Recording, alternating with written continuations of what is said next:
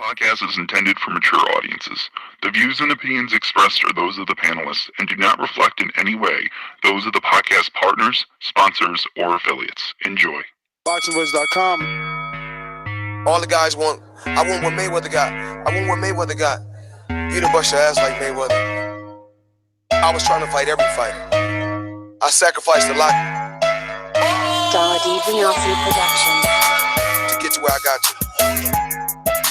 What do you bring to the table? Let's get this on. Let's do it. Well, it's like this. Wait. All right, that's it. Hold on. Bernard, everybody calm down. Man, you know how these bitches is in the sport. Total disrespect. Kid has no class, no style at all. I sacrificed a lot.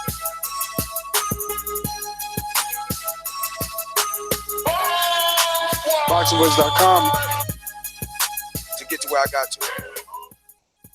Welcome back, ladies and gentlemen, to another edition of the Boxing Voice Radio. I am your host, Nestor Gibbs, and we are live Thursday night with our preview and prediction show for this weekend's live action around the world. We will be getting to all our previews and predictions for all fights taking place this weekend, as well as big headlines in the world of boxing. This is the Boxing Voice podcast. Find us anywhere hashtags are used at hashtag TBV podcast. Don't forget the number to call in and participate, be part of the show, and voice your opinion here at 1-425-569-5241. Listen, I don't normally do this, but I'm overwhelmed with excitement. Throughout the many years, you guys might have seen us try to pair up with many companies to try and bring you, the best possible products and or experiences we could. And I think that we've been able to do that finally with something niche-based, something, that is for boxing fans and all boxing fans alike, not just the casual, not just the hardcore. But we've teamed up with Classic Fight Shop, who really caters to us, the boxing fan and or boxing athlete, where you can get everything boxing, whether that be Atom boxing shoes, Nike Manny Pacquiao Hyper Dunk KOs, some Adidas shoes, some rival boxing gloves, or Everlast, or Winning for that matter. Now, what we're doing is something, truly special, something that I've been wanting to do for many years. And today, with the help of Classic Fight Shop and obviously a collaboration with the Boxing Voice, we are going to be bringing you a monthly subscription box. Now, it's a thing of the past, but never before done for boxing. What you will be getting, and we're only opening it up to 5 people right now. This is a special Classic Fight Shop exclusive today only. Don't call me next week. Don't call me mañana talking about I just got paid. It is a Classic Fight Shop exclusive for today only. 5 lucky TBV listeners will receive a monthly subscription box valued over $150. 1 out of the 5 lucky TBV listeners will receive a subscription box with a brand new pair of Atom boxing shoes. You'll get to pick color and size. The rest, you can look forward to Classic Fight Shop apparel, whether that be what they specialize, which is boxing, MMA, and Muay Thai as well. I'm not too happy about those things, but hey, those sports exist. At least it is combat. But they carry elite brands such as Suzy Wong, Nike, Sabas, Fight Gear, Atom Boxing, Cleto Reyes, Everlast, Title, Optimum Nutrition, Hayabusa, and Rival. And now they've also paired up with Giant Boxing Fan Apparel.com. No pun included, even though I did throw a little, link to my boy Enrique, but giant boxing clothing apparel company Boxraw, who now sponsors Vasil Lomachenko, Keith One-Time Thurman, and one of the heavyweight champions, Deontay Wilder. So once again, it'll be $150 value. The 5 people that we'll be giving this away to will have a $75 fee attached to it, but you receive double in value. Remember, one of you will get the lucky subscription box with an Adam Boxing pair of shoes, but you never know. You might get some boxing gloves in yours. You might get hand wraps, and it's multiple different trinkets. Obviously, it's $150 value. So stay tuned for more information and exciting news coming from the partnership with Classic Fight Shop. Remember, it's $75. It includes your shipping, and one box will have that special hand custom pair of Adam boxing shoes. 3 unique colors to choose from. Let's get it on. 5 lucky people. Today we got 5 hot topics. Amir Imam, top rank on ESPN. Andre Ward out of retirement, according to Tony Bellew. The Canelo Golovkin clenbuterol contaminated meat gate. And the biggest, saddest news for all the Bud Crawford pound for pound supporters, Terence has allegedly, and I do stress the word allegedly, hurt his hand with a minor injury. But guess what? We should, if Monster Peace is the diva that she is, we'll have Terence Bud Crawford's trainer, Brian McIntyre, live on the show as a bit of a curveball to my co-host who had absolutely no clue. Stay on your toes, gentlemen. Stay on your toes. Speaking of toes, Floyd Money Mayweather taking off the boxing boots. He won't be wearing Adam boxing. He's not going to be one of the 5 lucky listeners. 3-mile intro, but go ahead. The egotistical casual shows his face. I wish this guy was Medusa, I'm telling you. Anyway, Floyd's kicking off the boxing shoes and he's stepping in the MMA ring. We have actual factual news to bring to you. It's time. I know my co-hosts can't wait. They feel I talked a lot, but I was excited about this partnership with the Classic Fight Shop and our first ever TBV residual monthly subscription box. That's right, because every month you'll be able to get super duper surprises in your box valued at $150. Never ever repeating any of the items. Each month, unique box. That's right. Say what? That's what I said. You heard what I said. Gennady Golovkin production. This is a beautiful performance against a very tough guy in Michael Johnson. How do you feel about it? Fuck yeah. Conor McGregor. Boxingvoice.com. You know me, Larry. From a wicked entrance, from a flip over the rope into a knockout now. When the main thing is, I just want the guy. I wish. Boxingvoice.com. Yes, the hipsters here. Haters beware. And God damn, Ness, that was so long. Oh my God. That was like what, 10 minutes, Enrique? That was one of the intros I've ever heard in my life. Shout out to Classic Fight Shop for obviously the partnership. But wow, man, Ness was just really excited, man. You almost thought that Deontay Wilder was fighting. He talked so much. Anyways, we have so many topics to get into. I don't even want to get into it all. We're going to chop it up topic by topic. Can't wait to chop it up with the almost full panel, MIA Doomy. But shout out to Ronald Finke in the chat and the super chat. Thank you. And remember that Classic Fight Shop, package.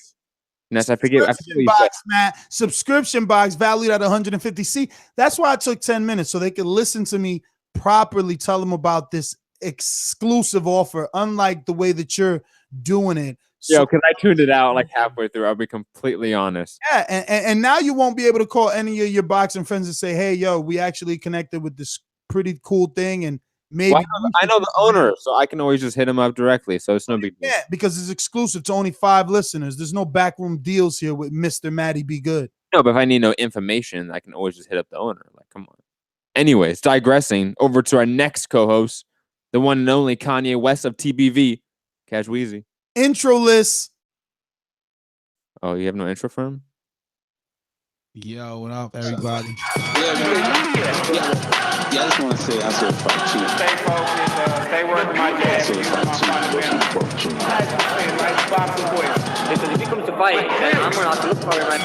I said fight two. Throw the blicky up. What up? What up, everybody? Yeah, man, it's some hot topics, right? Welcome to the flagship show, the subscription box show. Well, it's our number one topic today. $75 will get you a pair of kicks. Yo, you know what though? Monthly subscriptions have changed now, man. They have innovated to something even stronger now. Now it's like $2,000, you get a mystery box. That mystery box may have the hand wraps. Well, that's exactly what we have going on here. No. Stop it. Stop. Don't interrupt. Everybody's going to get the Adams shoes. I mean, listen, B. The hand wraps used by Deontay Wilder. You know what I mean? In a frame. That's a $2,000 box. But anyway, good thing going. And then same thing, you might get a pair of Adams shoes used. What?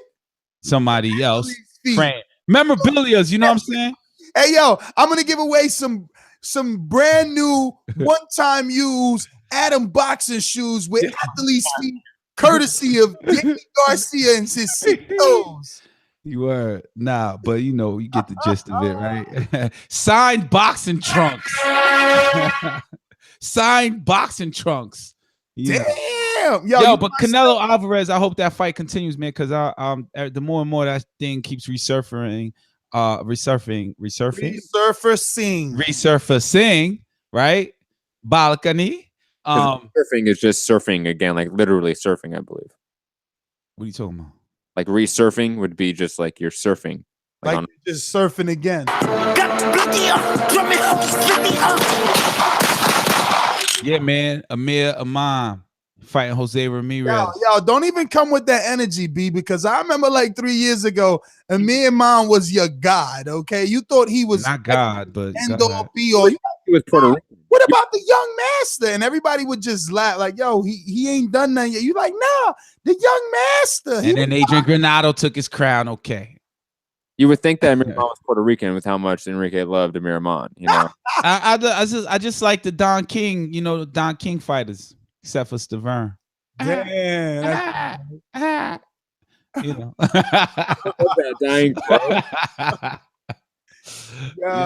Yo. So what up? Where we go with this? Subscription box. Put your prediction in. Go back to the subscription box. Put your prediction in. What you gonna get? Pair of Adams? Let me go to the first topic then. I'm Deontay Wilder, bomb Alabama power, baby. WBC heavyweight champ of the world. He was going with that. All right, so first topic is what are we talking here? Amir Imam and Jose Ramirez. Listen, I mean, look, it's prediction match, so we're gonna play a little bit of tennis.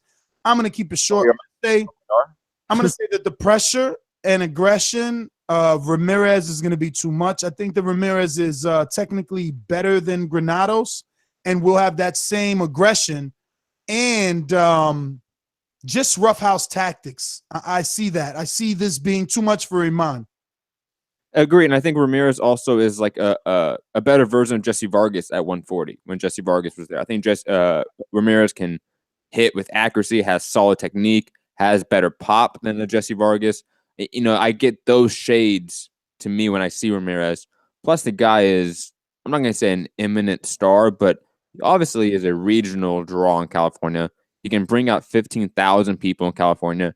That's not easy to do no matter what market you're in the U.S., let's be honest. So I think this is going to be a good, emphatic win for Jose Ramirez. Probably a mid-round or mid-fight TKO finish. I think the pressure of Ramirez and the accuracy is going to be too much. I think he's going to catch him on the end of his punches, on the end of his combinations, and just light him up until Amon shells up and gets, saved by the ref probably. Damn, that's all I have is box rec and a YouTube playing of Jose Ramirez, and yeah, he's knocking people out. It's his highlight reel. But Amir Imam, wasn't he like the fast, flashy fighter? I mean, skilled, flashy. Skill, flashy, but he also was a knockout artist until he got knocked out. I mean, depending on, how you value the opposition. Right. So Adrian Granado, Jesse Vargas. Well, I know Adrian Granado is on the resume of Amir Imam. Who's on Jose Ramirez resume? Who's on Jose? Mike Reed? Mike Reed is the biggest name, I would say. And that's only a prospect. All right. So I don't think it's going to be, as we saying, I don't think it's going to look that flashy, right? Competitive, competitive nature changes the higher you get. Yeah, basing it on resume. But who did Granados beat before he beat Amir Imam? Do you know? No. It's styles make fights. Styles make fights. Damn. So you're telling me that they serving up Amir Imam sacrificial? No, it's not serve up, because this was kind of two contenders that were ranked were ordered to do a eliminator, essentially, is what happened here. So it is no serving up. Serving up would be two guys on the same stable, and this would be serving up if this was right after the Granados loss, but it's not. He's had 3 fights since then. They all win. It still wouldn't be serving up, not in this predicament, because you only get here by being ranked, and it's two separate companies having to do business together for the sake of the opportunity, which is the eliminator shot. But we also know that Don King and the WBC have a great relationship, and Don King usually gets fighters in great ranking positions with the WBC, right? We do know that. Absolutely, but whoever Don King gets to be on the opposite side of the corner isn't Don King's doing. No, true. Matchmaking, not his. Yeah, I'm not disagreeing with that. Yeah. So Iman's placement in this fight is really due to Don King's influence. It is. He hasn't really beat anyone since that loss to Adrian Granados to deserve this fight. Not even a Mike Reed level opponent. Damn. Well, yeah, Jose Ramirez looks pretty accurate, but then again, those levels of opposition who are they? You need more people. Well, I think the top ranked Bruce Trampler, who is the matchmaker over there, they done a good job with Ramirez to get him here, to the Amir Imam fight. Not that Mike Reed is Imam, but Mike Reed was a southpaw, and Mike Reed was at least a semi-decent African-American fighter, which is what he's going to be facing now. Let's not forget, Mike Reed was undefeated at the time, 23-0, had more fights than Amir Imam at the time. Yeah, but I mean, that is for argument's sake. But in terms of... It's not arguable that he was undefeated. He was undefeated.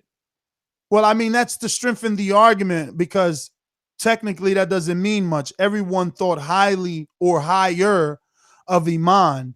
He was on a faster track than Mike Reed. True, but I mean, comparing Mike Reed to, let's say, Ramirez in that fight, Mike Reed had a better name on his resume in Aaron Herrera than Ramirez. Ramirez had no one on his resume really until Mike Reed.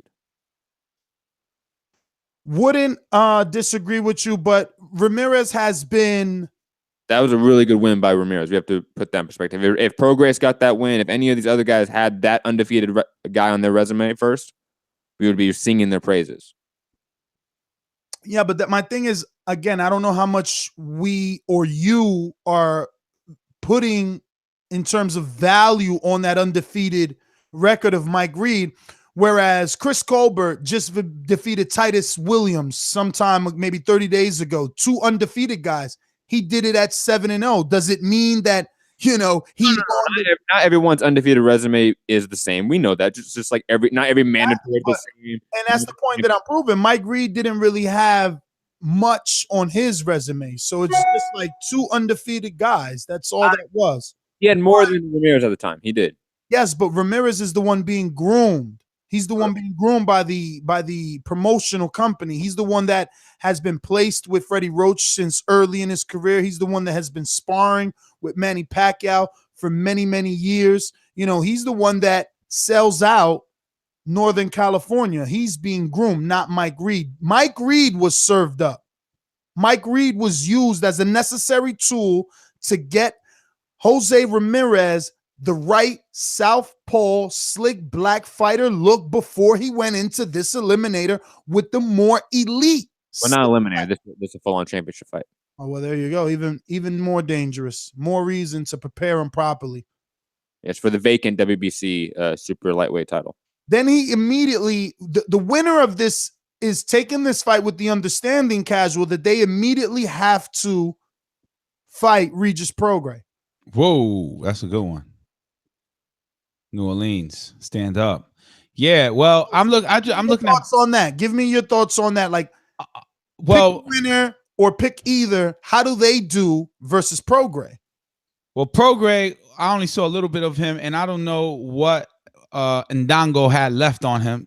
You know what I'm saying? Because he looked terrible. So I don't know what to say about that. I don't know what to add up that. But I know Amir Imam, he looks like he's a slick fighter. You know, he's sneaky. I'm watching some right now. He just threw a right hand out of nowhere. It was sneaky, stealthy punch. Oh, but then he gets knocked down. Oh, shit. So Prograis may beat up Amir Imam. But I'm hoping Amir Imam does well Saturday night. What about Ramirez? Ramirez, he's accurate, man. So that would be the harder fight for Prograis, I believe. I don't break down fights like that, you know, saying what they do best, but I know he's a brawler and he's accurate, and I don't know his signature punch, but he's like landing headshots back to back, like 3 combinations to the face. So he looks very violent. He may be the victorious one fighting Prograis next, which will be an interesting fight for either way. I don't think Amir Imam makes it past this fight, so I'm not going to speculate on him fighting Prograis, but I will speculate on Ramirez fighting Prograis. I think Ramirez's accuracy, the way he works behind his jab, would be very interesting against Prograis. Even though Ndongo obviously looked bad because the way he was knocked down by a jab in the end of the first round, the way he was knocked out in the second round, you have to remember in that first minute and a half, Ndongo, even though he was off balance a lot, he was working behind the jab, and Prograis was really shelled up at times.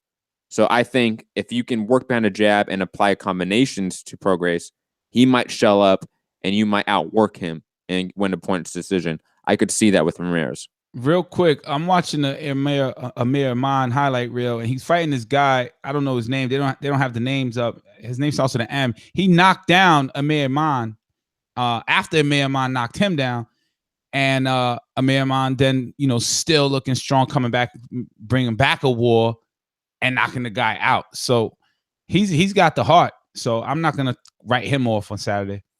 Matter of fact, I'm picking him. We know you are. You sticking to your guns. I gotta stick to my guns. You know what I mean? Yeah, bro. You have to. It's okay. You got to, bro. You got to. Listen. Win. What round? What round? This was damn. I have to rewind it as a highlight. Man. No. I mean, what? Oh, this fight, is he gonna win by knockout, decision? Whew, that's a tough way to make a prediction, but I would go safe and say decision. You know, strong fought fight and a win. What you saying? You saying he's gonna get knocked out round 3? Hey, Enrique. Yeah. It's the first time I get to fight in the Garden, and that's exciting, knowing that greatness has fought there. It's the first time that I am fighting in the main event, and the first time fighting for a world title. Whose words? Amir Imam. There you go. Sound confident enough to make you happy in your pick? Yeah, man. I mean, just watching this highlight reel, it makes me confident because he came back and he's going to war. So I don't think he's scared based off that knockout. You know how they say fighters get afraid to fight once they've been knocked out. Yeah. So I'm hoping he don't suffer from that syndrome, and that you know, he comes strong and uses those words in his head, has his mantra to win on Saturday night. For sure. Who you picking though, Ness? You didn't pick? I picked Jose Ramirez. Ooh. Also on this triple header, Ukrainian Alexander Godvek, 14-0, 12 KOs, and Mehri Amar, 35-5-2, 16 KOs of France, will battle for a vacant interim light heavyweight world title. I don't know which one. Matt, do you know which one? WBC, World Boxing Council is WBC.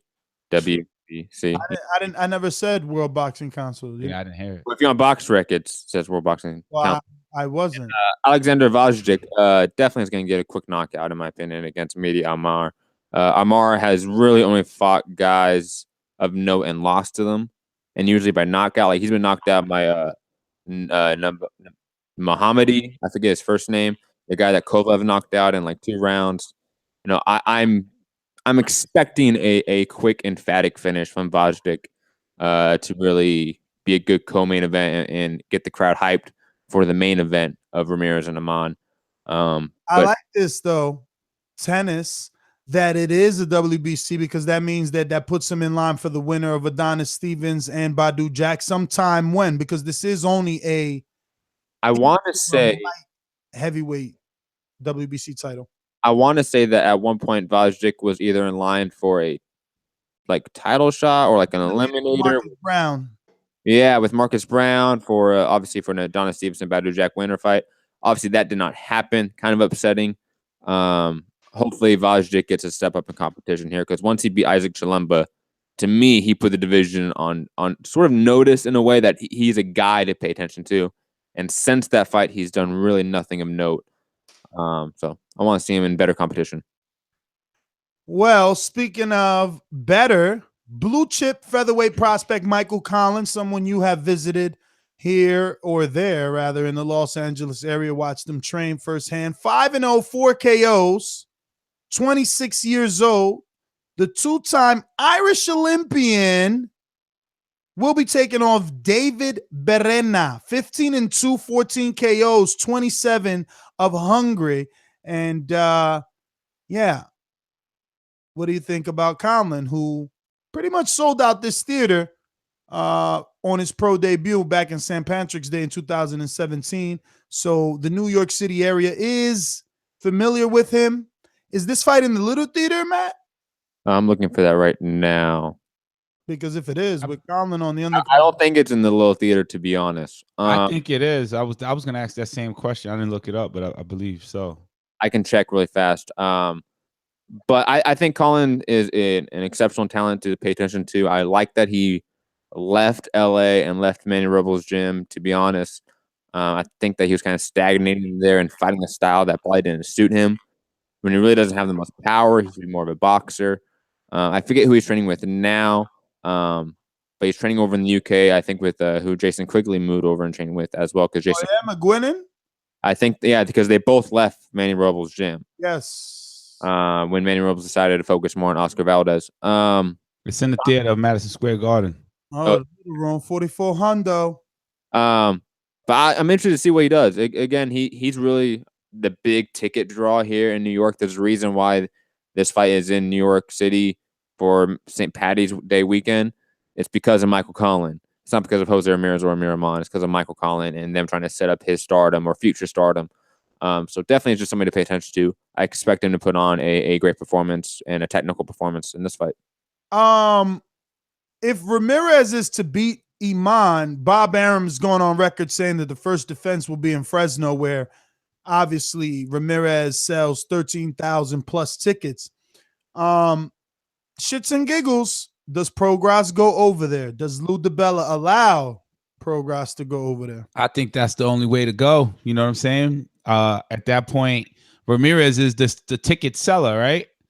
Even though Progress has that green belt, the ticket seller calls the shots. Doesn't really have the green belt. This fight's for the green belt. Oh, I thought Progress is flossing the green belt after this win. Nope, not the real one. This one's for the real one. But again, that was an interim. Whatever you define as a real one, because it was vacated because Terence Crawford left. Well, either way, in the dictionary, next to real one is a picture of Keith Thurman with his hands folded, because he kind of created that term. I don't think he created that term, but okay. Well, either way, it's then Jose Ramirez who has the audience attention first, right? True, but I think Progress is going to follow the money. There's a reason he went to South Dakota for a fight, because they offered a huge site fee, is what his management team told me. So I assume they will go to Fresno, no issue, if the money is there. if the money is in somewhere else and they have a package for that and they can present that to Ramirez, I can see Bob moving it too. You think Bob Arum's not going to want to make the most money possible? The only thing Bob Arum cares about is that it's on ESPN. That's obviously the only thing that he cares about at this point, that all of his fights are on ESPN. ESPN has even bumped up the amount of fights they have per year now going forward. So, yeah, Bob Arum, that's the only thing he cares about. Doesn't care about where it's at. He cares about what network it's on. That's about it. Not even about ticket sales? It's about money. So if you get more money, it doesn't matter how many tickets you sell. If you can sell 5,000 tickets or 10,000 tickets, if you can make more money selling the 5,000, do the 5,000. You're gonna make more. So it doesn't matter. Theater and Garden, 4,400 people. It's on ESPN. That's what counts. The ESPN, yeah, that's what counts. Speaking of what counts, casual, how much does Andre Ward coming out of retirement and fighting Tony Bellew very important count to you? Woo, that's heavy. You know what I'm saying? That's the star of Creed. You know, he beat up Michael B. Jordan, you know, in freaking Hollywood fashion. So, yeah, man, Andre Ward, he also beat Kovalev 2 times back to back. And the second time, without argument, stopped him.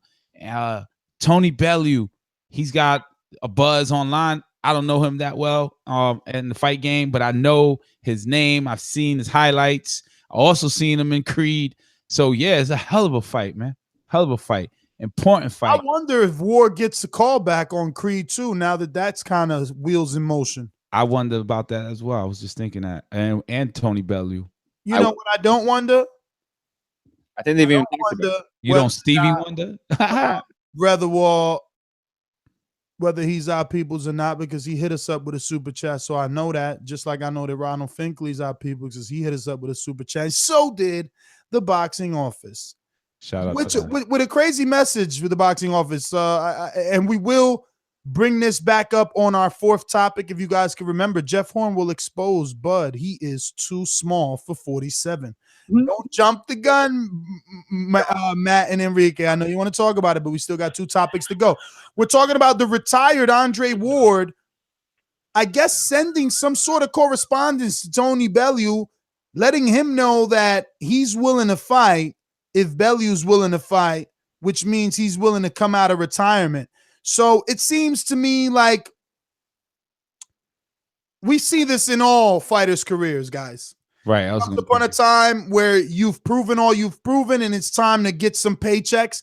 And Bellew is a big fight that would not only increase his U.S. and international profile, but would line his pockets with a significant amount of money, possibly be a international pay-per-view maybe, right? Or at least a UK pay-per-view, Matt, Enrique? Definitely UK pay-per-view at least. But the only thing I have with this is that we have a monkey wrench here, and his name is Tyson Fury. That I think, for probably obvious reason, that Tyson Fury probably equals more money than Andre Ward at this point. I doubt that. Maybe in the UK. Tyson Fury hasn't even fought, and you could actually categorize Tyson Fury, and I mean this in like the fanatic way, a boxing fan way. You could put him in the bump category, I would say. Every time he says something, he's like laying down. He looks out of weight, out of shape, rather. Have you not seen him lately? Yeah, he still looks out of shape. Look at Andre Ward. Look Andre Ward. Look at Tony Bellew. Look at Anthony Joshua. Look at Parker. Look at all those heavyweights, man. Enrique, you obviously haven't seen Tony Bellew then. Come on. Tony Bellew's not overweight. Yo, go look at him, man. He's not sporting a 6-pack. What the fuck are you talking about? Yeah, but he's fighting Andre Ward at what weight? Super middleweight. Fighting David Hay next at heavyweight. Okay, but if he were to fight Bellew for more money, Andre Ward, just because you sell 100,000 pay-per-views in the not going based off pay-per-view shit. That doesn't mean shit. That's not equal a lot more money than a Tyson Fury fight, which probably do over 1 million pay-per-view buys in the UK. Who did Tyson Fury just beat? Nobody. That's history. He beat Klitschko. That's like saying, yo, Lennox Lewis is back. He beat Mike Tyson, though. You know, come on, man. Yo, but come on, man. Who can actually? You love Tyson Fury. Who can actually sell a fight? Who can? I'd rather. Shannon Briggs can sell a fight. I'd rather see Shannon Briggs fight Tyson Fury. Come on. Who can actually sell a fight? Ward or Tyson Fury? Ward. Ward can sell a fight. Get the Yeah, fuck out. I believe that Ward's strategy. You're a fanboy at this point. You're waving palm. No. Ward just beat Kovalev. That's history. That's history. That was last year. What are you talking about? History. That's history, dog. Back to back, he beat Nobody him. gives a fuck about that anymore. Come on, B. They gave him a score. Eddie Hearn is talking about signing Wilder and Fury. Should he be sending offers to sign Andre Ward? Can he give Andre Ward like a 3-fight deal out there in the UK? 3 straight fights, get him lined up real nice, get his pockets right? Maybe. I think so. Going like a Nathan Cleverly there, but it's not something I want to see. Shout out to the chat for backing me up on this debate. I'd rather see Andre Ward face Adonis Stevenson Badu Jack winner. I'd rather see that. All right. Well, I guess since this is all kind of rumor millish, even though it's being reported by Tony Bellew himself, who had a parody account this week start a bit of drama on social media where his parody account went on a tirade saying that the fight was off, that Hay was injured yet again. Had a couple of guys scared up, but it was just a parody account. So, yeah, the fight is on with David Hay and Tony Bellew. Andre Ward Bellew will have to wait. Speaking of waiting, what is going to happen with Triple G and Canelo?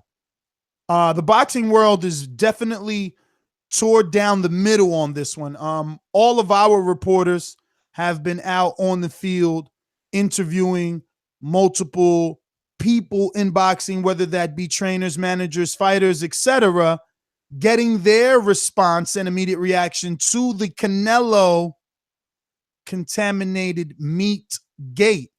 And I'll tell you, some people are coming straight out saying he cheated. Mm-hmm. It's the highest level. Most people cheat at that level. Those that don't haven't been caught yet. Everyone is kind of okaying this situation. With Luis Ortiz, it wasn't okay. With Povetkin, it wasn't okay. Was it a different drug, Matt? Why is Canelo being treated like, oh, it's okay? In terms of the different drugs, for Povetkin, I forget what the first thing he popped for, or the second thing. So I forget what the second thing he popped for. The first thing he popped for was melatonin. That to me has, and to a lot of doctors out there, has no PD, performance enhancement qualities at all. So that one's very questionable in my opinion. The second one, though, he did pop for actual steroids. That is, technically worse than a steroid-like substance in clenbuterol, which is a beta agonist, I believe, or agonist. Clenbuterol, to me, and the reason why it's not being perceived as an issue is that the industry has written off a couple areas for this issue.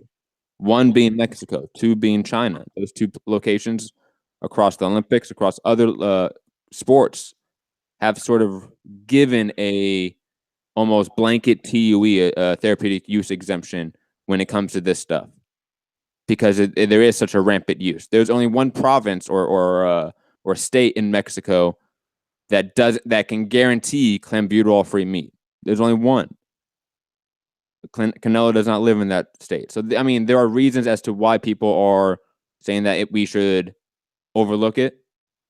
I understand the reasons that we shouldn't, because we did care about it with Povetkin. We did care about it more with Luis Ortiz.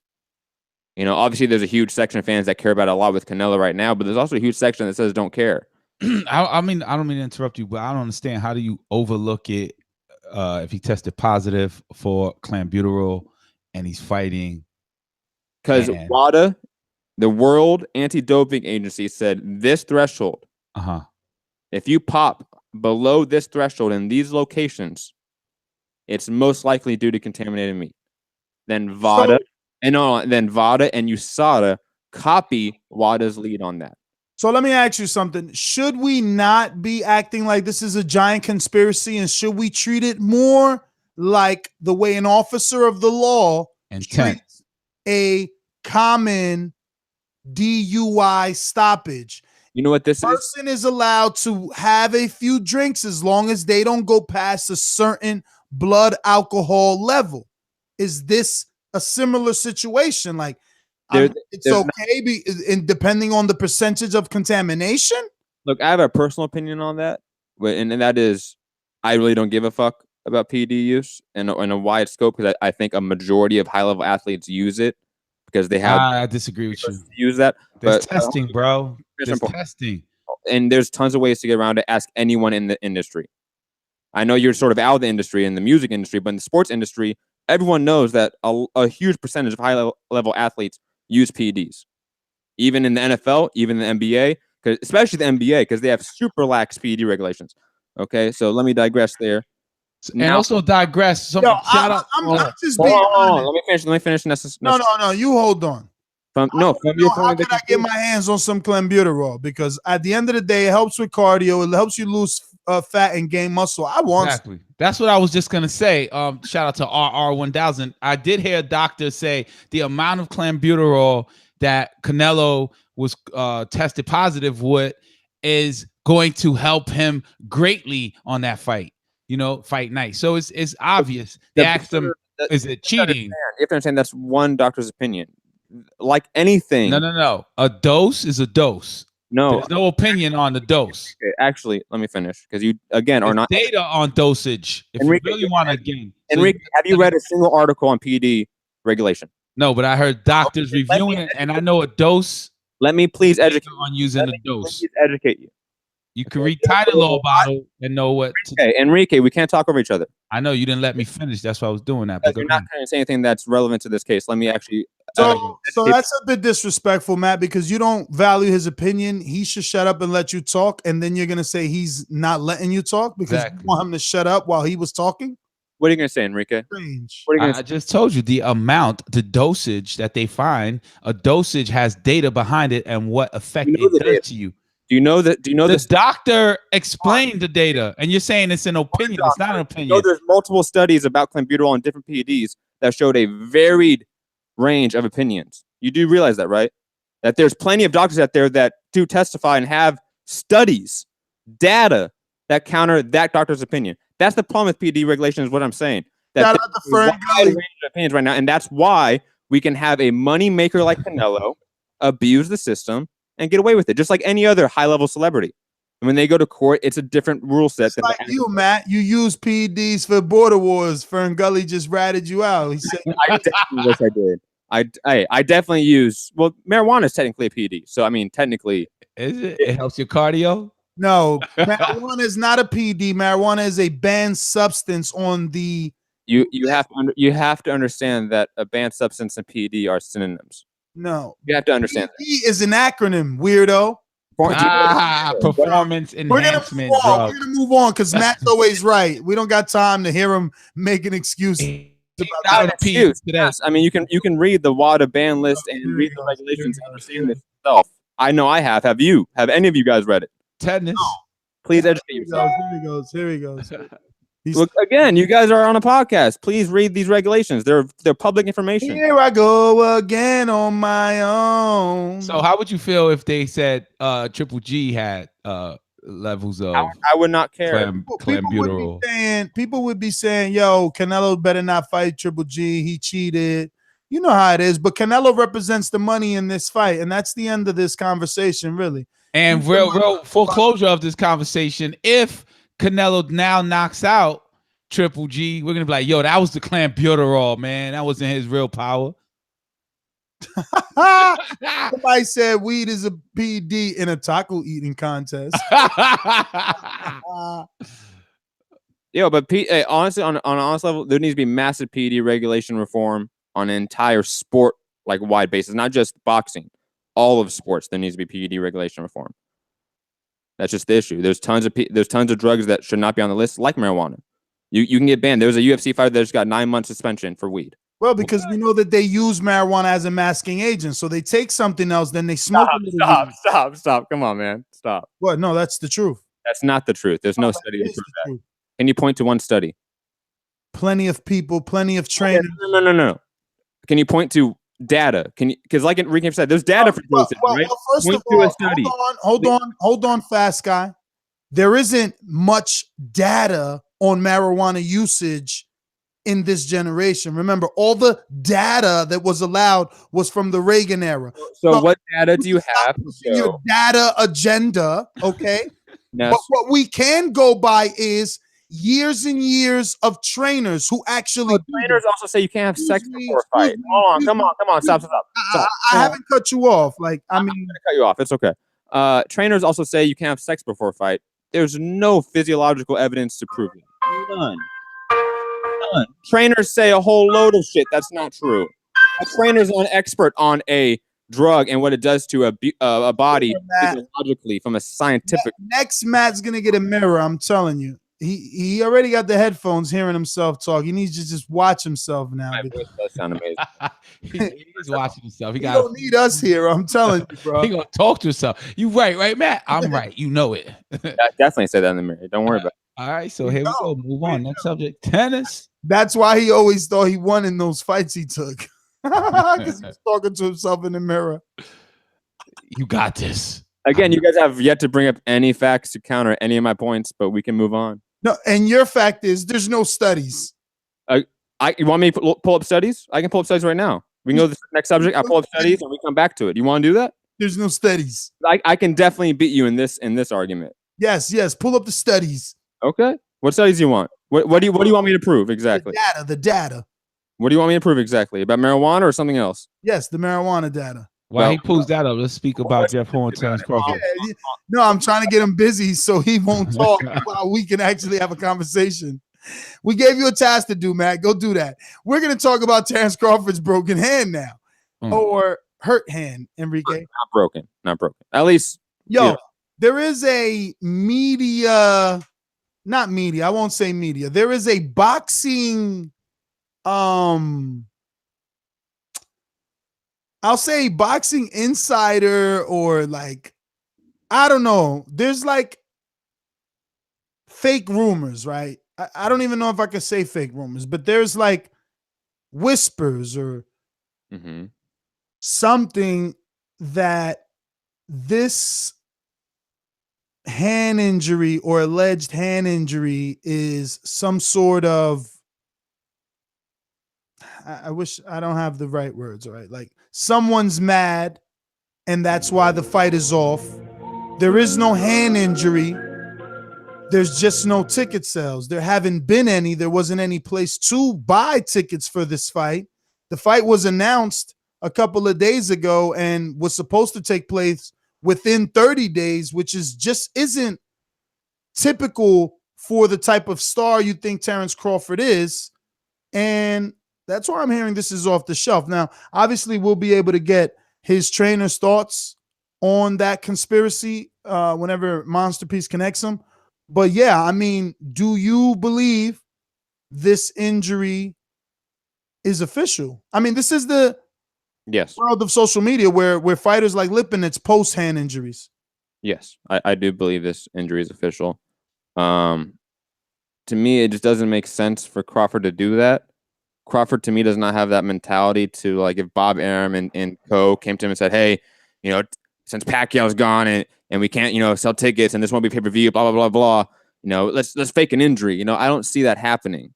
Yes. I have my hand raised here in attempt to get your attention. I just want to quickly remind you about a weekend ago, you were in a camp where they told you, the fighter himself told you, well, all fighters have it's not what I wanted to do, but it was a team collaborative effort. This is what the team thought we needed to do to get this fight. Then that same conversation was revisited again on Gloves Is Off with Johnny Nelson and Joseph Parker in front of Anthony Joshua. And he said again, it was a team thing, but I back my team, meaning sometimes you follow what your team recommends. But I mean, can we also agree that those two scenarios are vastly different? One was, let's talk more shit and antagonize somebody to get a fight. One is, hey, let's fake an injury so we don't have to fight. Allegedly. Allegedly, again. Right. To me, those two things are vastly different things to be a team and ask a fighter to do. I mean, we have to agree on that, right? Yeah. Matt, now, go ahead. Enrique, you work in New York City more than me and Matt. It's just the honest truth. Yeah. more than Matt for sure. Of course. Okay. But did you notice any buzz? Because when you take the Lincoln Tunnel, there's always a digital. This fight was in Vegas. Yes. Okay, but when you take the Lincoln Tunnel, there's always a huge digital billboard that with the HBO fights. Always fights. Yes. Did you see it there? No, I did not see it Did there. you see propaganda about this fight? Not at all. Nope. Did only you feel the buzz? online. Did it reach your timeline? It reached my timeline. But you know, because I follow Terence Crawford and Jeff Horn, you know, so it reached my timeline that way.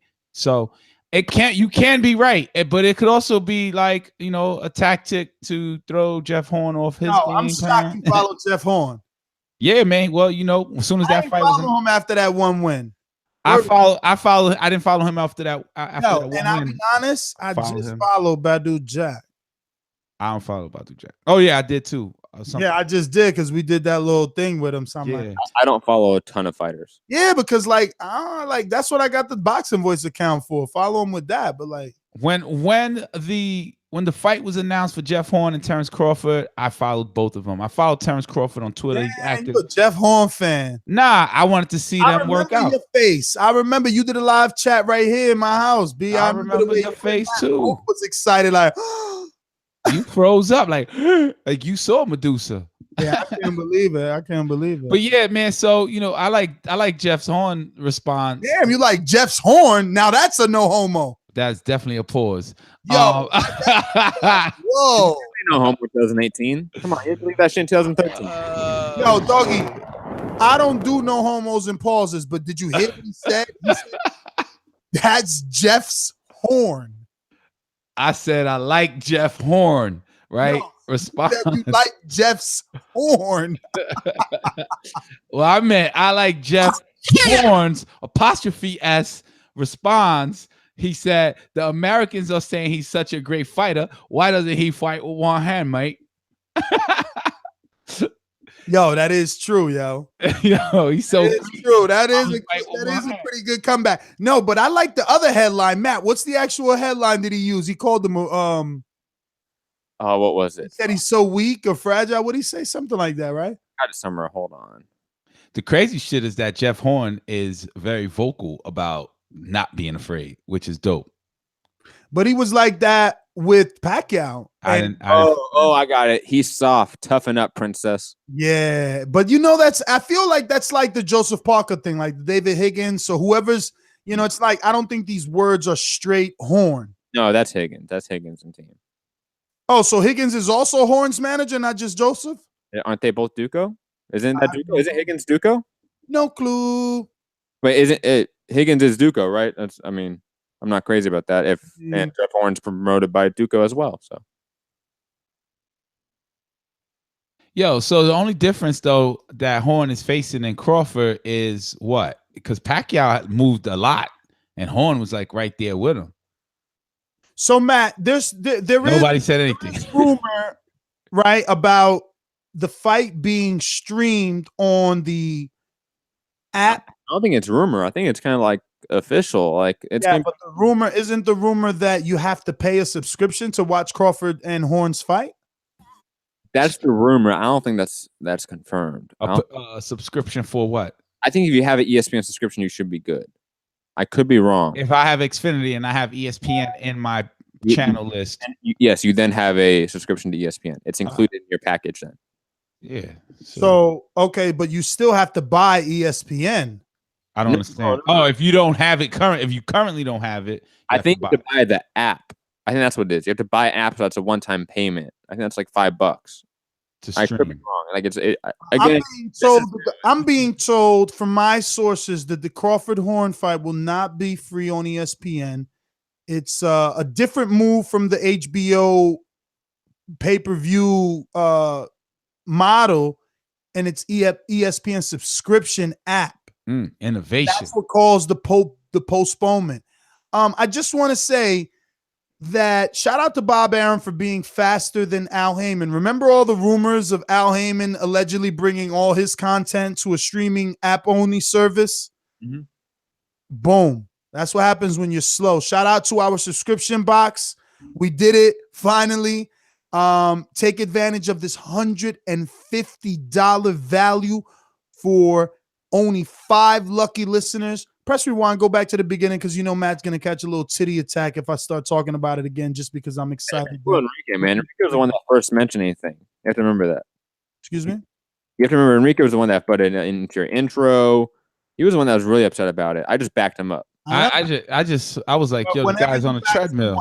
Whenever you back someone up, you give them kind of like air to their sails. You feel me? But anyway, speaking of air to the sails, oh god, how much would this rumor / fact, because Kevin I.O.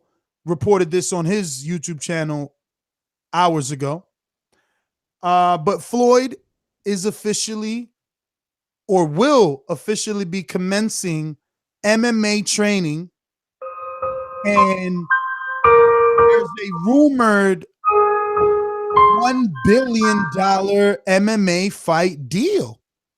I mean, look, I don't care, win or lose. I go in there. I don't give a fuck. $1 billion is $1 billion.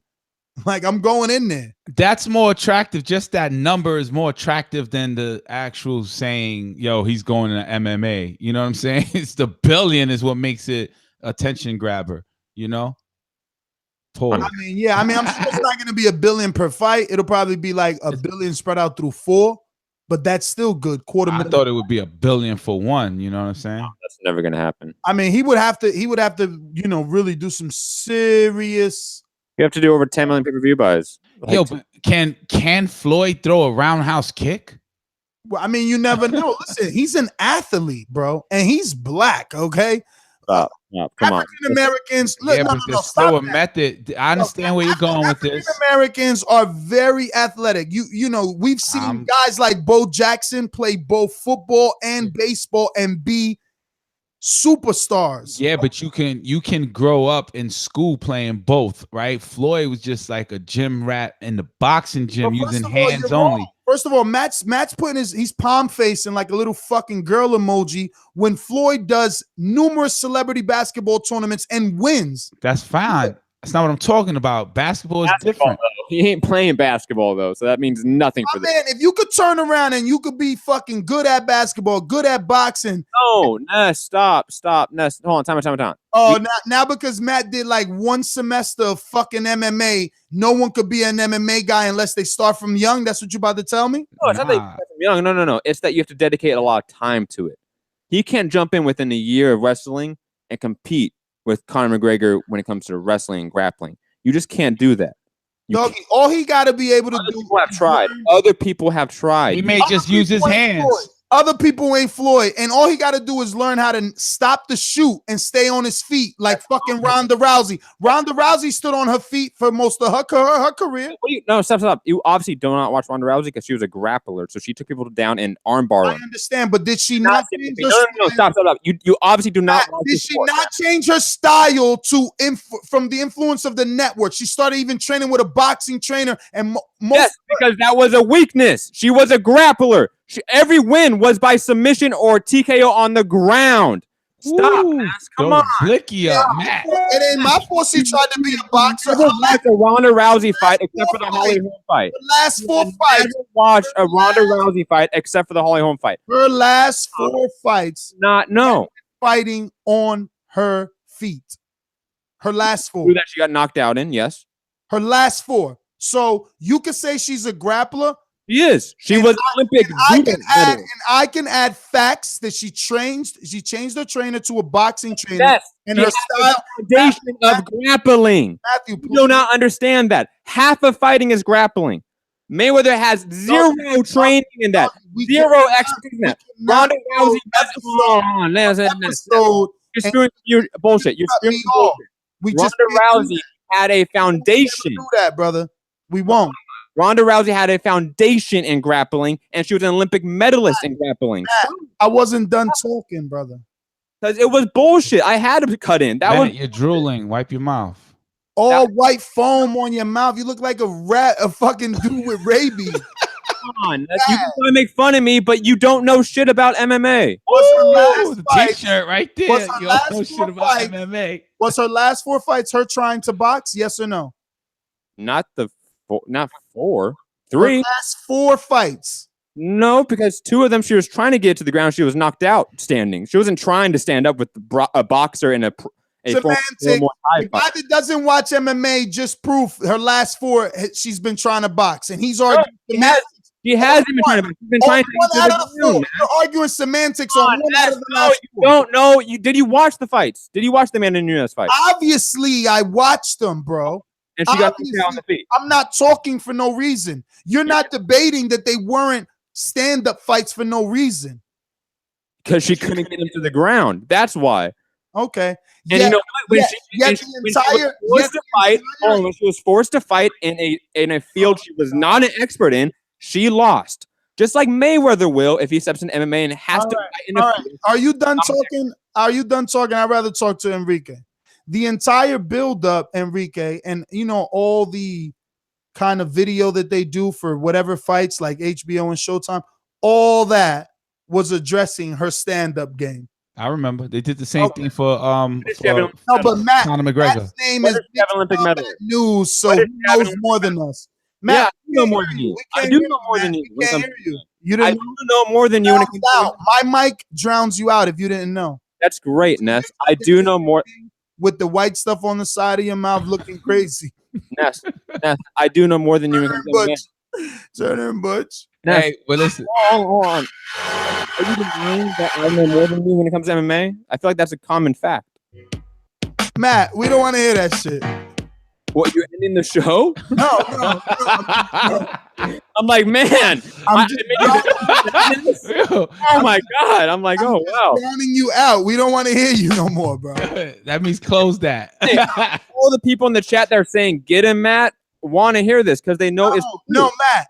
The people in the chat that are saying get him are the same people that like me to take fights that I've never seen. They want me to lose. It's the Mayweather syndrome. You don't get it. I'm the Mayweather of TBV.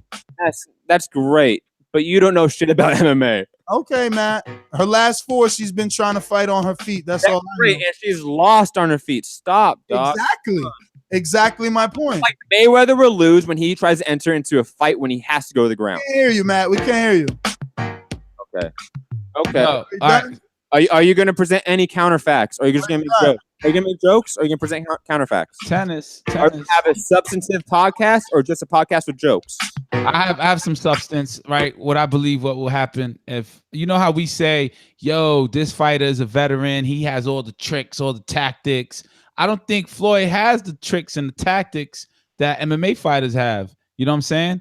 So I think this just a $1 billion. Well, that's the same thing you thought about Rocky till he beat up Tommy outside the bar, B. Yeah, but that was Rocky. Movie. What the fuck you talking about? Unless MMA's make us believe. MMA's rigged. After Rocky, how many real life Rockies existed after Rocky? Weirdo. Please watch. Yeah. James Toney, Randy Couture for some reality. Yeah. Man, get the fuck out of here, James Toney. He was old as hell, man. Get your old as hell. Come on, man. Get the fuck out of here, yo. That's why McGregor got his ass whooped. That's what happens when you put someone in their prime versus someone in their prime. Tony wasn't in his prime. That's what happens when you enter a sport you've never fought in. Put Tony to Fort Roy. Put Tony to Fort Roy. You just mentioned it. Mayweather McGregor. That's what happens when somebody enters a sport you're not an expert in. Nah. What happens is when you put fucking James Toney as a heavyweight. We don't need to use that. We don't need to weight was at 160. We don't need to use that example, Ness. I'm using Mayweather McGregor. I'm using a prime athlete in a championship reign, leaving the sport, just like you said, Bo Jackson style. Bro, you sound ignorant right now. Trying to make it look like McGregor didn't do good when he fucking went lost. He lost. Did he win? Did he win? He went to the 10th round. Did he win? He did better than what Did he win? Can you answer me, Ness? Did he win? No. Mayweather would never win an MMA fight unless it's against CM motherfucking Punk or some bullshit. Matt, you can raise your voice. Because I'm right. And end your blicky up. You can soundbite, with all the aggression that you want. it won't matter because nothing that you say revolving MMA matters because you were the main one and only one that's supposed to be an MMA expert on this show, and you said McGregor Mayweather wouldn't happen. And who did I say would win that fight? So you saying now McGregor who did I say would win that fight? Won't happen in a cage, or that Mayweather won't win in a cage? I'm taking that with a grain of salt. I'm not saying the fight's not happening. I'm saying he's not winning the fight. Just like I said. Again, I'm taking your opinion with a grain of salt. My opinion about Mayweather McGregor was correct. No, it wasn't. It was 100% wrong. It was 50% wrong. It was 50% wrong. It wouldn't happen. And I said Mayweather would win on a fight that you said Mayweather would win. And I said Mayweather would win. So I'm 50% right. Okay, Matt. But you're wrong. You lost. I did not lose because you've yet to mention any point that Mayweather could actually wrestle. You lost. We can't take your word for it. No, you can. It's fine. Because you don't watch MMA. I do. It's cool. Well, Mayweather's going to enter that ring, and he will win. Cage. He will not win. He will. I'm willing to bet my entire year's salary. But, Matt, you sound exactly the way you sounded when you said that the Mayweather-McGregor fight would not happen. But that had nothing to do with who would win that fight. Wiping that egg off your face before you continue to. That had nothing to do with who would win that fight. I'm talking about who would win the fight. I'm talking about if the fight's going to happen. No, and I'm talking about your attitude being wrong in the past. I was right about the fight, though, about how it would go down. Everyone was right about the fight. Most people thought most people would be right when they say Mayweather will lose in MMA. Most people are going to be right. I don't know. I think we're going to have a lot of people betting on Mayweather and a lot of upset people. You had 90% of the bets on McGregor. Who would be his first fight? Just because who the amount of people bet on means nothing. 90% of the bets were on McGregor. He lost. The boxing world ain't even going to know his opponent. They don't know his opponent. It could be a Rod Soccer. I'm not saying that the betting line is a clear indication. I'm not saying that. Remember, the betting line was still Mayweather the favorite. Most of the bets were placed on McGregor. 90-something% were placed on McGregor, but he was still the underdog. 90-something of the bets are going to be placed on Mayweather. Mayweather will win, and you will have to retire your MMA talking podcast. I got one for you. If that happens, I will end Mixed Combat Radio, and I will do full-time The Boxing Voice, even though, let's be honest, I do full-time The Boxing Voice. Matt, it wouldn't matter. I wouldn't do that if I were you.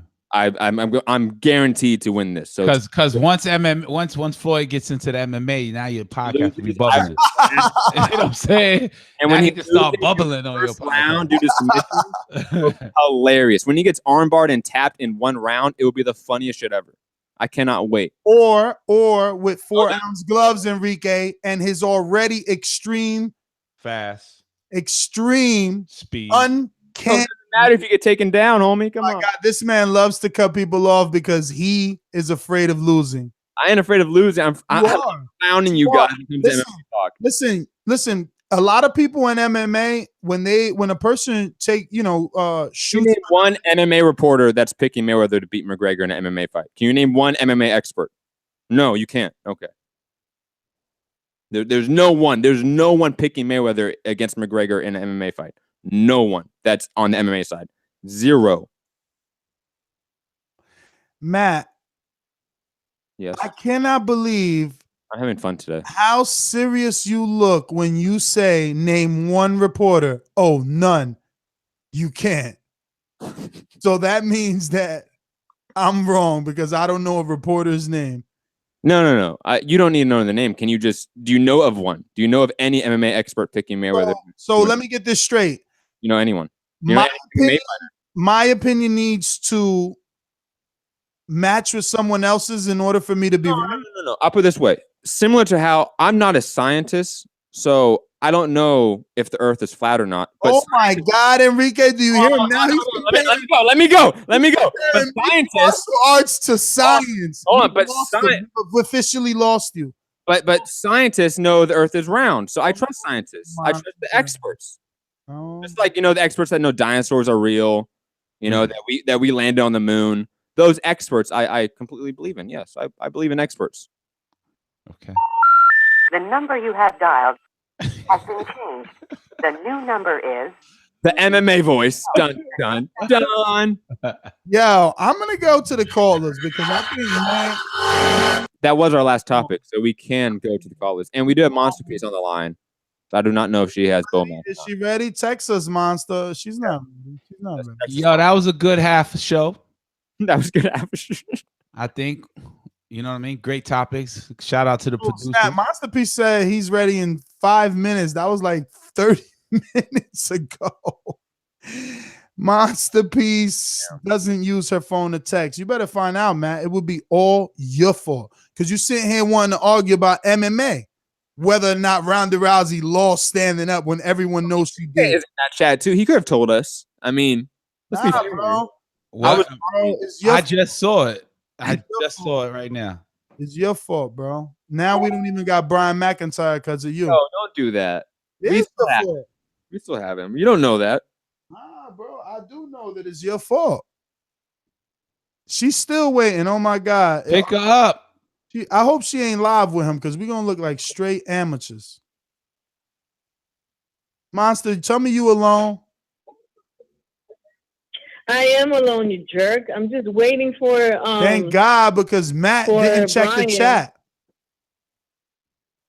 I just saw it. I know. I'm waiting for Brian to because he's driving to the hotel. All right, so call us back. Get out of here. You stopping the flow. Free smoke. You're giving everybody that smoke. Matt included. Matt got cotton mouth. Nah, Monster Piece. Thank you. Get to the topics, Monster Piece. Might as well take your call now. A normal caller call. No, go away. What the hell? What you mean go away? She's talking to somebody else. You gotta remember she on the train in New York. To the interview. What? Bye. After the interview, bye. All right, bye. This is ridiculous. I'm going to fight Fan Franco. What it do? What it do? Please have a better call than Monster Piece. What up, though? Hey, Ness, you know I still owe you some money, man. I got you, though. I'll just leave it at that. You should know what I'm talking about. Okay. Hey, look, man, I just wanted to mess with you on the whole Floyd Mayweather MMA thing. How far are you gonna go into covering it?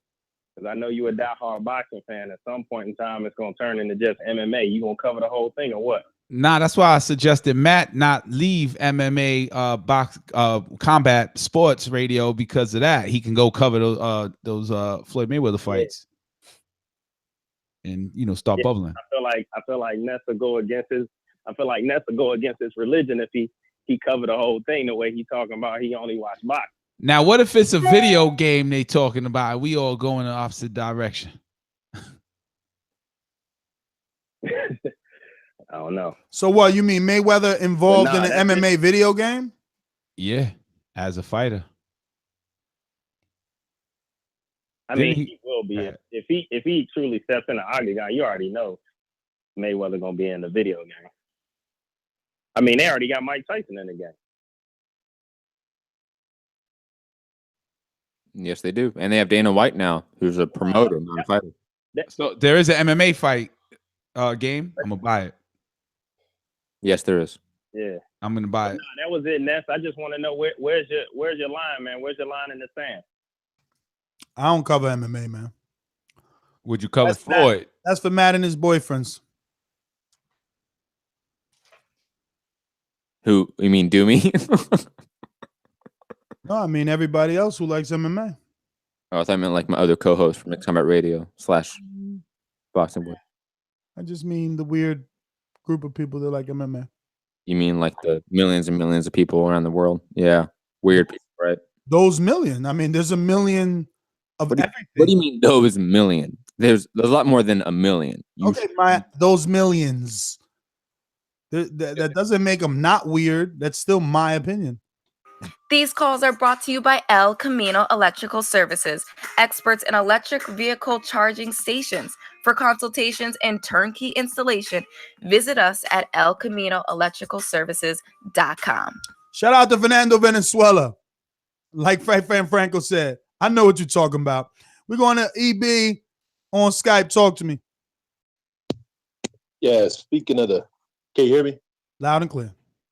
Yeah, speaking of the Canelo topic, man, the thing that I think that bothers me the most about it is just they're so inconsistent about it. I could have swore Lucas Brown got suspended 6 months for Camberol, and then later on they decided that he didn't intentionally ingest it, but they stripped him of his title. So it's just, I don't know, man. You know, I can hear this mess about what's the meat in Mexico. There's no way in the world Canelo, because everybody from Mexico, all boxers from Mexico know that meat's that way. Is he eating that meat from Mexico? He's getting it either imported or he's eating the meat when he's in the States. So to me, it's just a joke. There's too much money to be lost. So that's why the fight's going to go on. And it's clear this Terence Crawford, I don't know if you guys heard or not, from what I understand, since the Pacquiao fight canceled, that they're going to put this fight on some kind of pay for that ESPN app type of thing or something like that. Have you guys heard anything about that? Yep. So I don't know. It's just more and more signs pointing to maybe that Crawford, if he ever going to reach his full potential as a superstar, he's just going to have to leave Bob Arum alone. Because I'm not paying no BS ESPN app fee. That's stupid. So it is what it is. That's my call. Not only is it stupid, Matt, but it's kind of shooting yourself in the foot, right? Like, what about the millions of 35 to 65-year-olds that are not of that millennial generation that do use smartphones and apps? I mean, my best friend's father does not own a smartphone. It's a straight flip phone. Completely agree with that. And not even that. What's the point of going to ESPN and then putting it behind a paywall? You're instantly expanding your audience base a lot by going to ESPN over Showtime and HBO. Well, you know what I see? So why then restrict your audience size down again? That to me makes zero sense. I mean, I see someone that didn't get picked on the team and took their ball. And HBO wasn't playing the way that Bob Arum wanted to play, so he took all his fighters, metaphorically the ball, and went to ESPN, regardless of how good or bad the situation was, just to play hardball. True. You know, again, we know so little about the Top Rank and ESPN deal, the specifics of it. We have no clauses out in the public eye. So we don't know. We don't know what's on paper. Which is sad, Matt, because we knew everything about the PBC deal. This is so strange. But we knew that because of a lawsuit. You have to remember that usually is what happens in sports, is that we find out, the public and the media find out about things when there's lawsuits, and then that's court documents, and that becomes public information. So far, there's no lawsuit against Top Rank / ESPN, and there probably won't be for no reason, really. So we won't get those papers in the public eye for a reason, because they don't need to. Well, let's get back out to these phone lines. We're going to go to New Jersey. But before we do, we got to go to our super chatter. I love Muff. Always diving in the Muff. Canelo versus Triple G fight should be canceled. Canelo get a ban, and Triple G versus Billy Joe Saunders. Yeah, I mean, this is a good opportunity for Triple G to do the Billy Joe Saunders fight, maybe in Kazakhstan. In a perfect world, with the rules that we have, and if Canelo was treated the way any other athlete would be treated, he would get at least 6 to 9 month suspension for a first-time offense. This fight be canceled, and we would get the Triple G Billy Joe Saunders fight most likely. But like with most cases, especially with Nevada, as of the last 10 to 15 years, they let shit like this slide a lot when it comes to money fights, when it comes to hurting their pockets. There is zero accountability for athletic commissions. So, there's no incentive for them to really do that right now, unfortunately. Incentive. Help your favorite podcast out by simply pressing the thumbs up button. Taking it from 96 to 97 puts a smile on my face and makes Matt not speak about MMA. Let's get out to New Jersey's own King Amin. Just like the king is what I mean. The king is what I mean. My man, get a cup and put some change inside your hand. Now hold up. Let's make this official. Everybody let's agree with it. Yo, I mean, you know, obviously I thought about you once I heard about the Craig Mack passing and they played his song. That part came on. I was like, I mean, what I mean, R.I.P. Craig Mack. That's why I jumped back on. Peace. I mean, what up? Nah, for sure. R.I.P. Enrique, what's good, bro? Shout out to DJ Roos over in the UK for the intro again. Rest in peace, Craig Mack. Yo, I'm gonna make this quick because my daughter's not having it tonight. Yo, this steroid speculation for Canelo and Triple G, it only makes it the possibility for a third fight. They fight again. They don't let the fight continue. Canelo wins. Oh, this bullshit. Canelo was on steroids. Oscar's punk ass. Listen, see? My daughter don't even like this shit. Oscar's gonna scream for a third fight. Let's just have a third fight and settle it, guys. That's my call. I mean, man, I apologize that you had to be rushed off the show due to your daughter. Do not feel that the background noise is that bad, even though it was. I will say this. We did not mention on other headlines that Lucas Brown and Dillian Whyte has landed on HBO.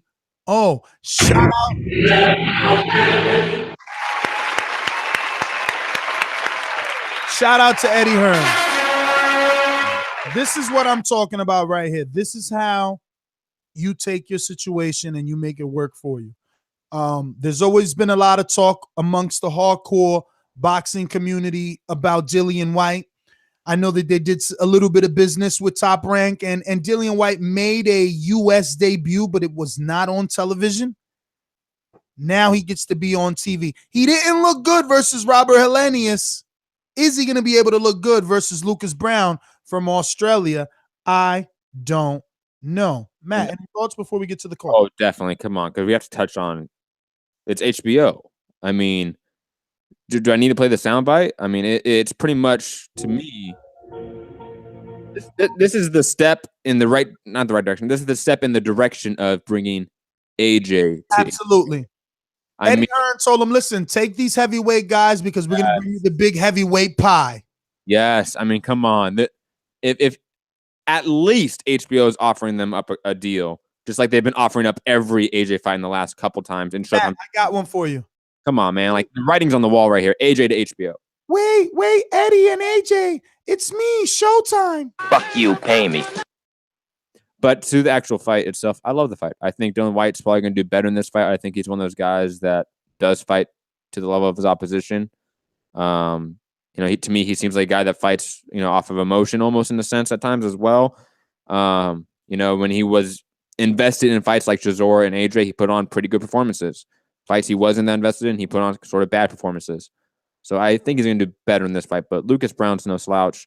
Lucas Brown, another guy who tested for clenbuterol, that got a 6-month suspension and his title stripped, just for reference with the whole Canelo case. It's going to be interesting to see what Lucas Brown can do with Dillian Whyte. And it's interesting that no one cares about Lucas Brown having tested for clenbuterol. Just pointing that out there, that no one seems to care about that one. Everyone cares about Canelo. Just pointing that out. All right.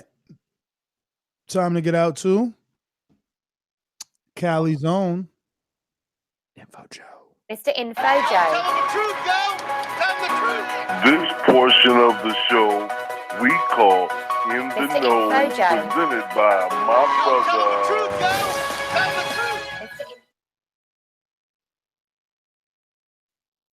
Some brothers. Yo. Hey, when's the last time? I haven't seen any of Amir Imam's fights, man. I haven't seen him since that Granados fight. How is he looking? If any of you guys seen any of his Doggy, he signed a Don King. When the last time you seen Bermain fight before he got beat up by Wilder? And after he got beat up by Wilder? Word. Don King fighters don't fight. They just somehow get re-ranked.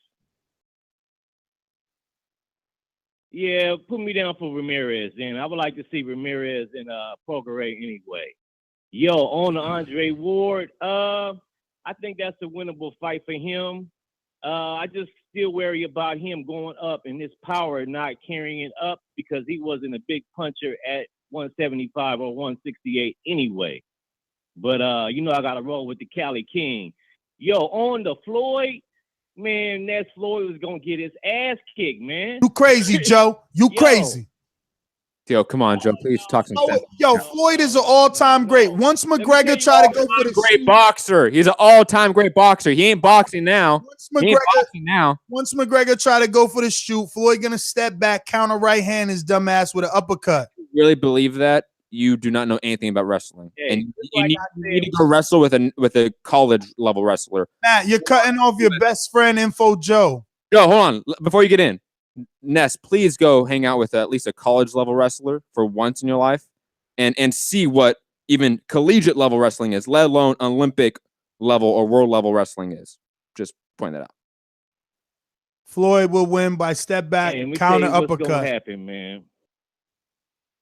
Hey, just like I said, when McGregor came over to boxing, he was gonna get his ass kicked, and that's the thing what's gonna happen to Floyd. I do respect him for getting that quick billion for losing, though. But I'm tell you what's gonna happen. He's gonna dance around the ring like he's in boxing. They gonna kick the shit out of his legs. He's gonna slow down. They gonna go for the shoot, pick him up, and slam him on his neck. The ref ain't gonna be over there to help you like in boxing, and it's gonna be bad. They gonna elbow Info, him in the face. you sound crazy, man. Timing is timing. No. He sounds smart. You sound crazy, Ness. Timing is timing. Floyd's gonna have Littlewood gloves. He gonna time McGregor, dumb, sloppy. You sound like a boxing fanboy, Ness. Come on. Watch. Hey, one more other thing too. He's older now, Ness. He's older, too old to be picking up a new combat. Yo, my man, he ain't take near the punishment McGregor took in his career. McGregor got losses, been choked out, body slammed, all that dumb shit. Mayweather barely get touched. Hey man, I'm with you on that, Matt. I will bet. I never bet against a boxer before, against the MMA guy. But since he going all over there, I'm gonna have to bet against him. Pick up that cheddar. Peace. Then y'all gonna be mad y'all seen Bo Jackson reincarnated in the flesh. Know what I'm saying? Doubting that man. Stop. Just stop. Doubting that man. Just stop. Man. Crazy. Ladies and gentlemen, I'd like to introduce to you a young fella, and he comes from the little paper chase.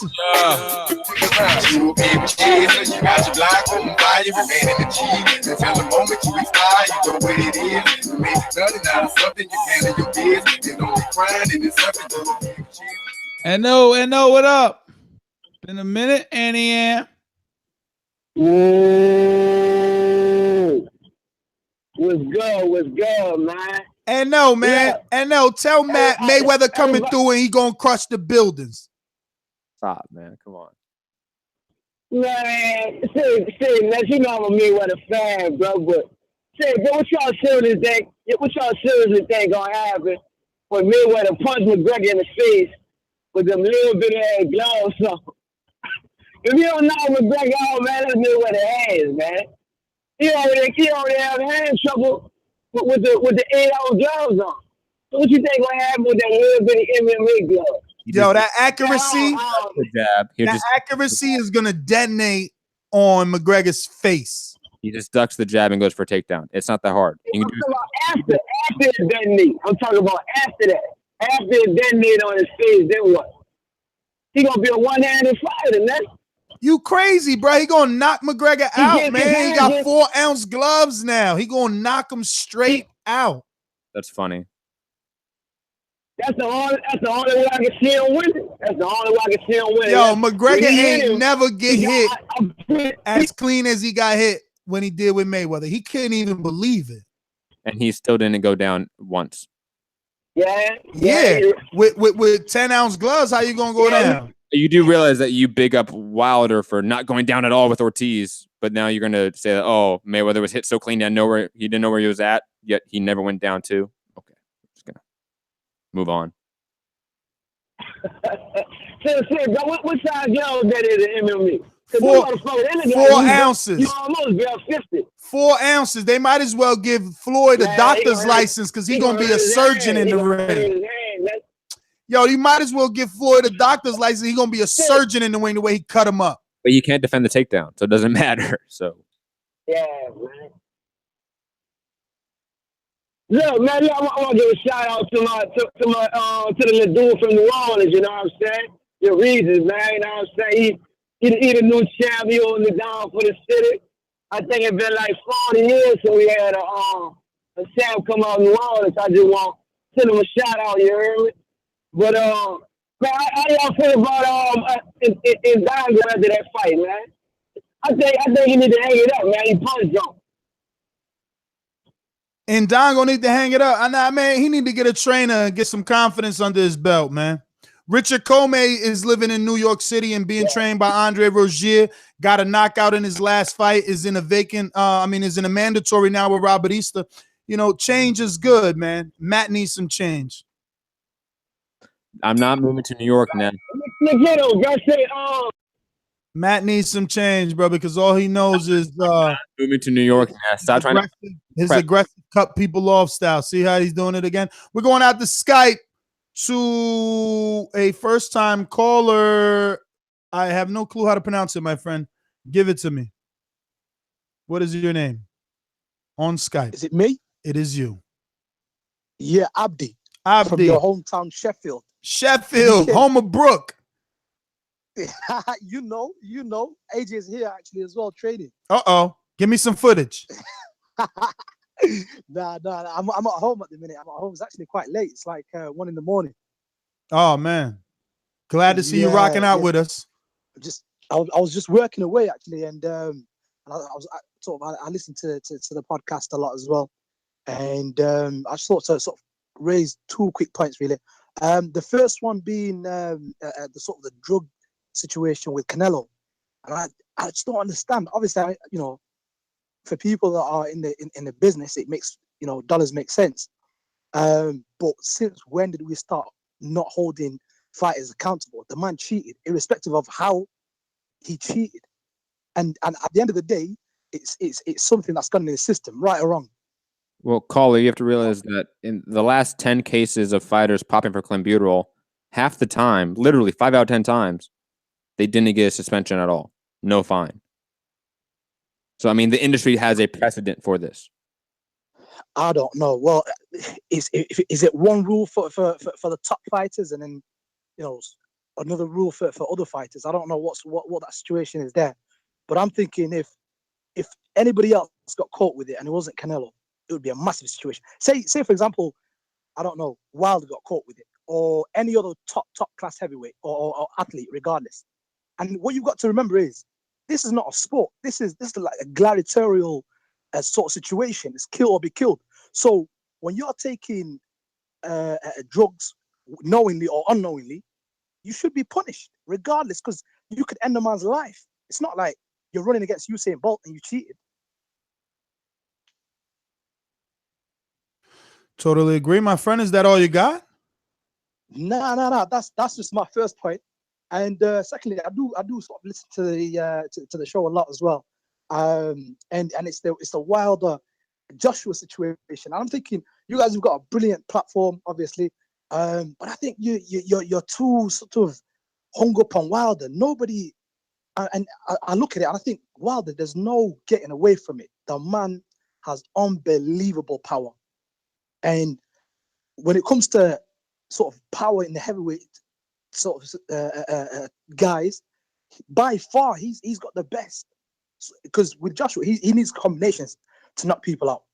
But when it comes to Joshua ducking this and ducking that, there's no ducking. It's just a matter of what I think is, obviously, it's obvious that he's the most dangerous fighter. So they're just trying to put themselves in a situation where they are in a position to go to the table and say, Wilder, you're the B side. It's clear. We've got more belts. It's clear now. We raise more money. It was clear now. It was clear now. What do you mean? Like, it was clear before this fight with Joseph Parker. It's been clear. That was never whether it was clear or not. What we have to first agree upon before we can move forward is that AJ has taken an obvious route that does not include Wilder. Whether it's going to end with Wilder, it does not include Wilder. You know what I'm saying? Okay, but would you be mad if Wilder did the exact same thing and he was able to bring the stroke every single fight, irrespective of who he fights? Would you be mad? I'm going to say yes due to revisionist history, right? And I'll give you an example. Right. Once upon a time, there were two very popular welterweights that were both able to generate multi-million-dollar pay-per-view fight dates separately. Separately. So it wasn't like this story where a lot of UK fans call in or are in the chat and they say, Wilder hasn't made any money. He's only made $2 million. He's only made $2 million. He's broke. He's broke. They couldn't say that about Floyd and Pacquiao because they both were making multiple millions of dollars. So that wasn't the excuse. And that shouldn't be the excuse now. No. Put money to a side. Wilder's got a belt. So even if he only makes $2 million against Ortiz, which didn't make sense to me as well. That's crazy. Wilder against Ortiz, and the guy. Well, anyway, that's not my business. At the end of the day, as a fan, actually, we're getting ripped up sometimes. You know, when for example, Joshua fights, I don't know, attack camp, even though that wasn't planned, right? But it's not about the money. Wilder's got a belt, and what Joshua is trying to do here is establish himself as the main man in Europe. Then he's looked over to the East, who's got a belt. Joseph Parker, and but there's no one else to fight. That's what I'm saying. Like these Anthony Joshua fans are trying to make a map out a plan that doesn't exist. We are already at the top heavyweights. It makes no. I promise you. Because I just watched a Sky Sports interview now with Joshua. Which was about 6-7 minutes long. Not sure if you've seen it. They're asking him questions, just quick fire questions. And he's impersonating Wilder. He's just making fun of the whole situation. And he's saying, and they asked him, who is more credible to fight, Wilder or Tyson Fury? And he actually said himself, Wilder, because he's active. I want him next. And he's there pulling the eyebrows and saying, because King's got to fight Kings. And there's no fear in that boy's heart. It's just the people that are guiding him. No fear. And then when he takes a Dillian Whyte fight or a Povetkin fight, people will say, well, it's his mandatory. Well, it's his hometown fight. Don't know that. That's never mind your American fight fans. UK fight fans will not accept anybody. They will accept Miller.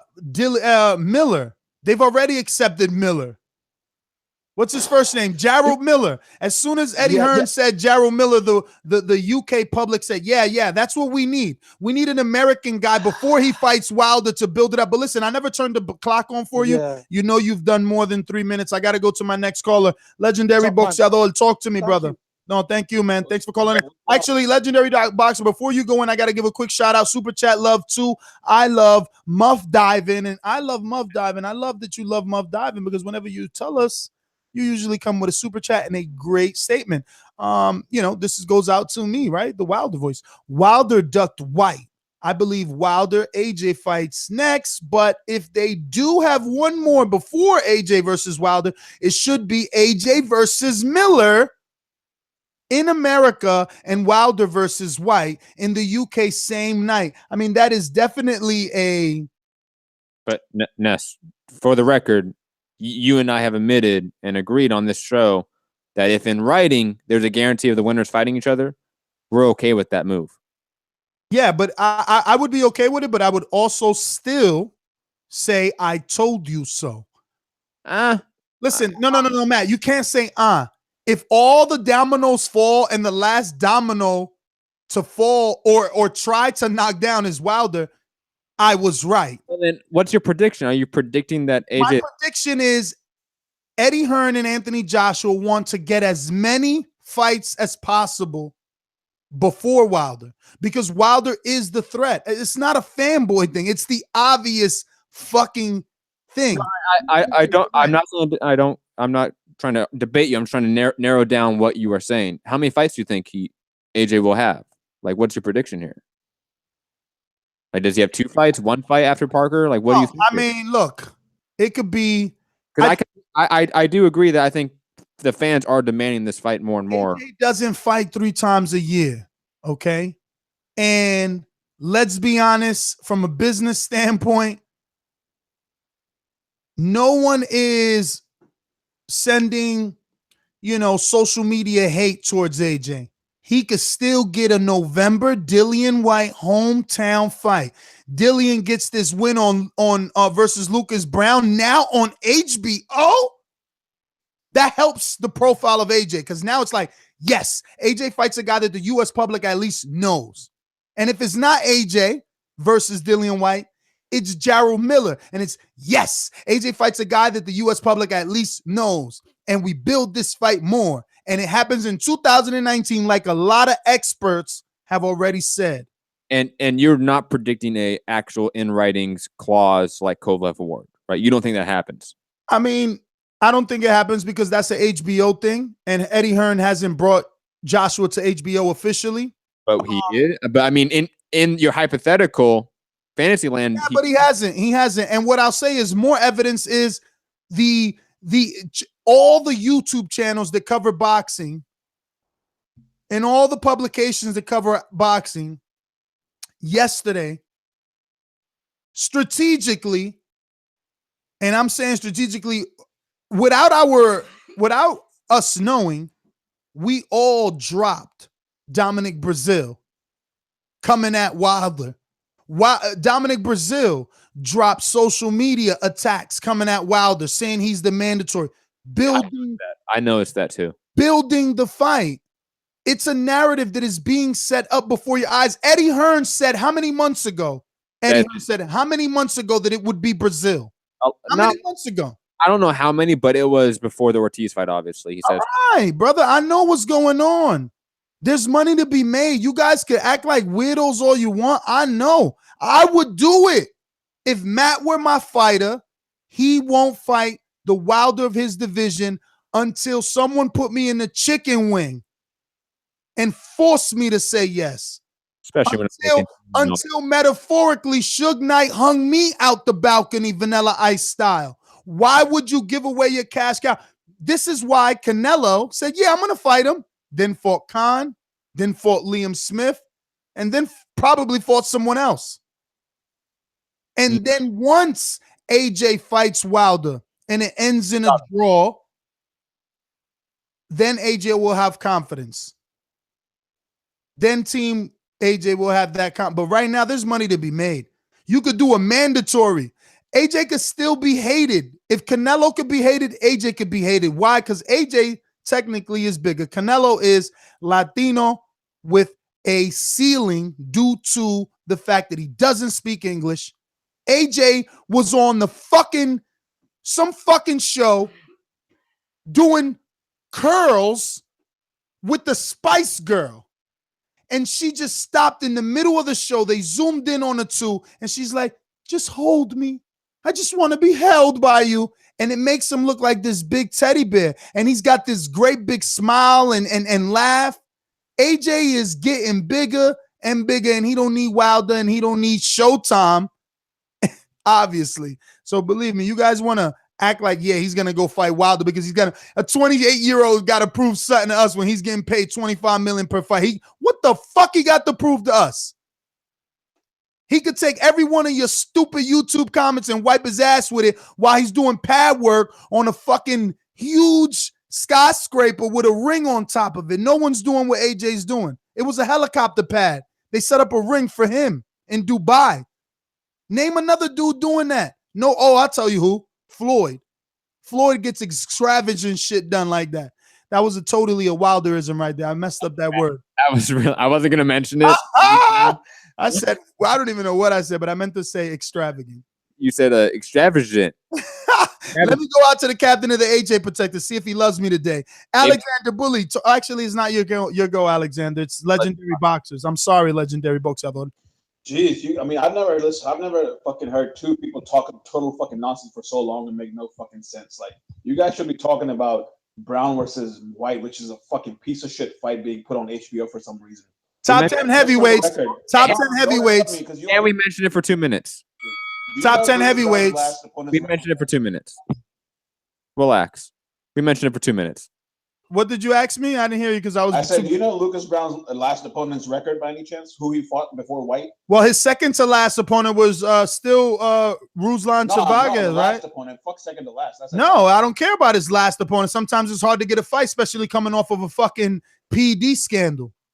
16 wins or 20 losses. And your point is what? What's your point? What's your point?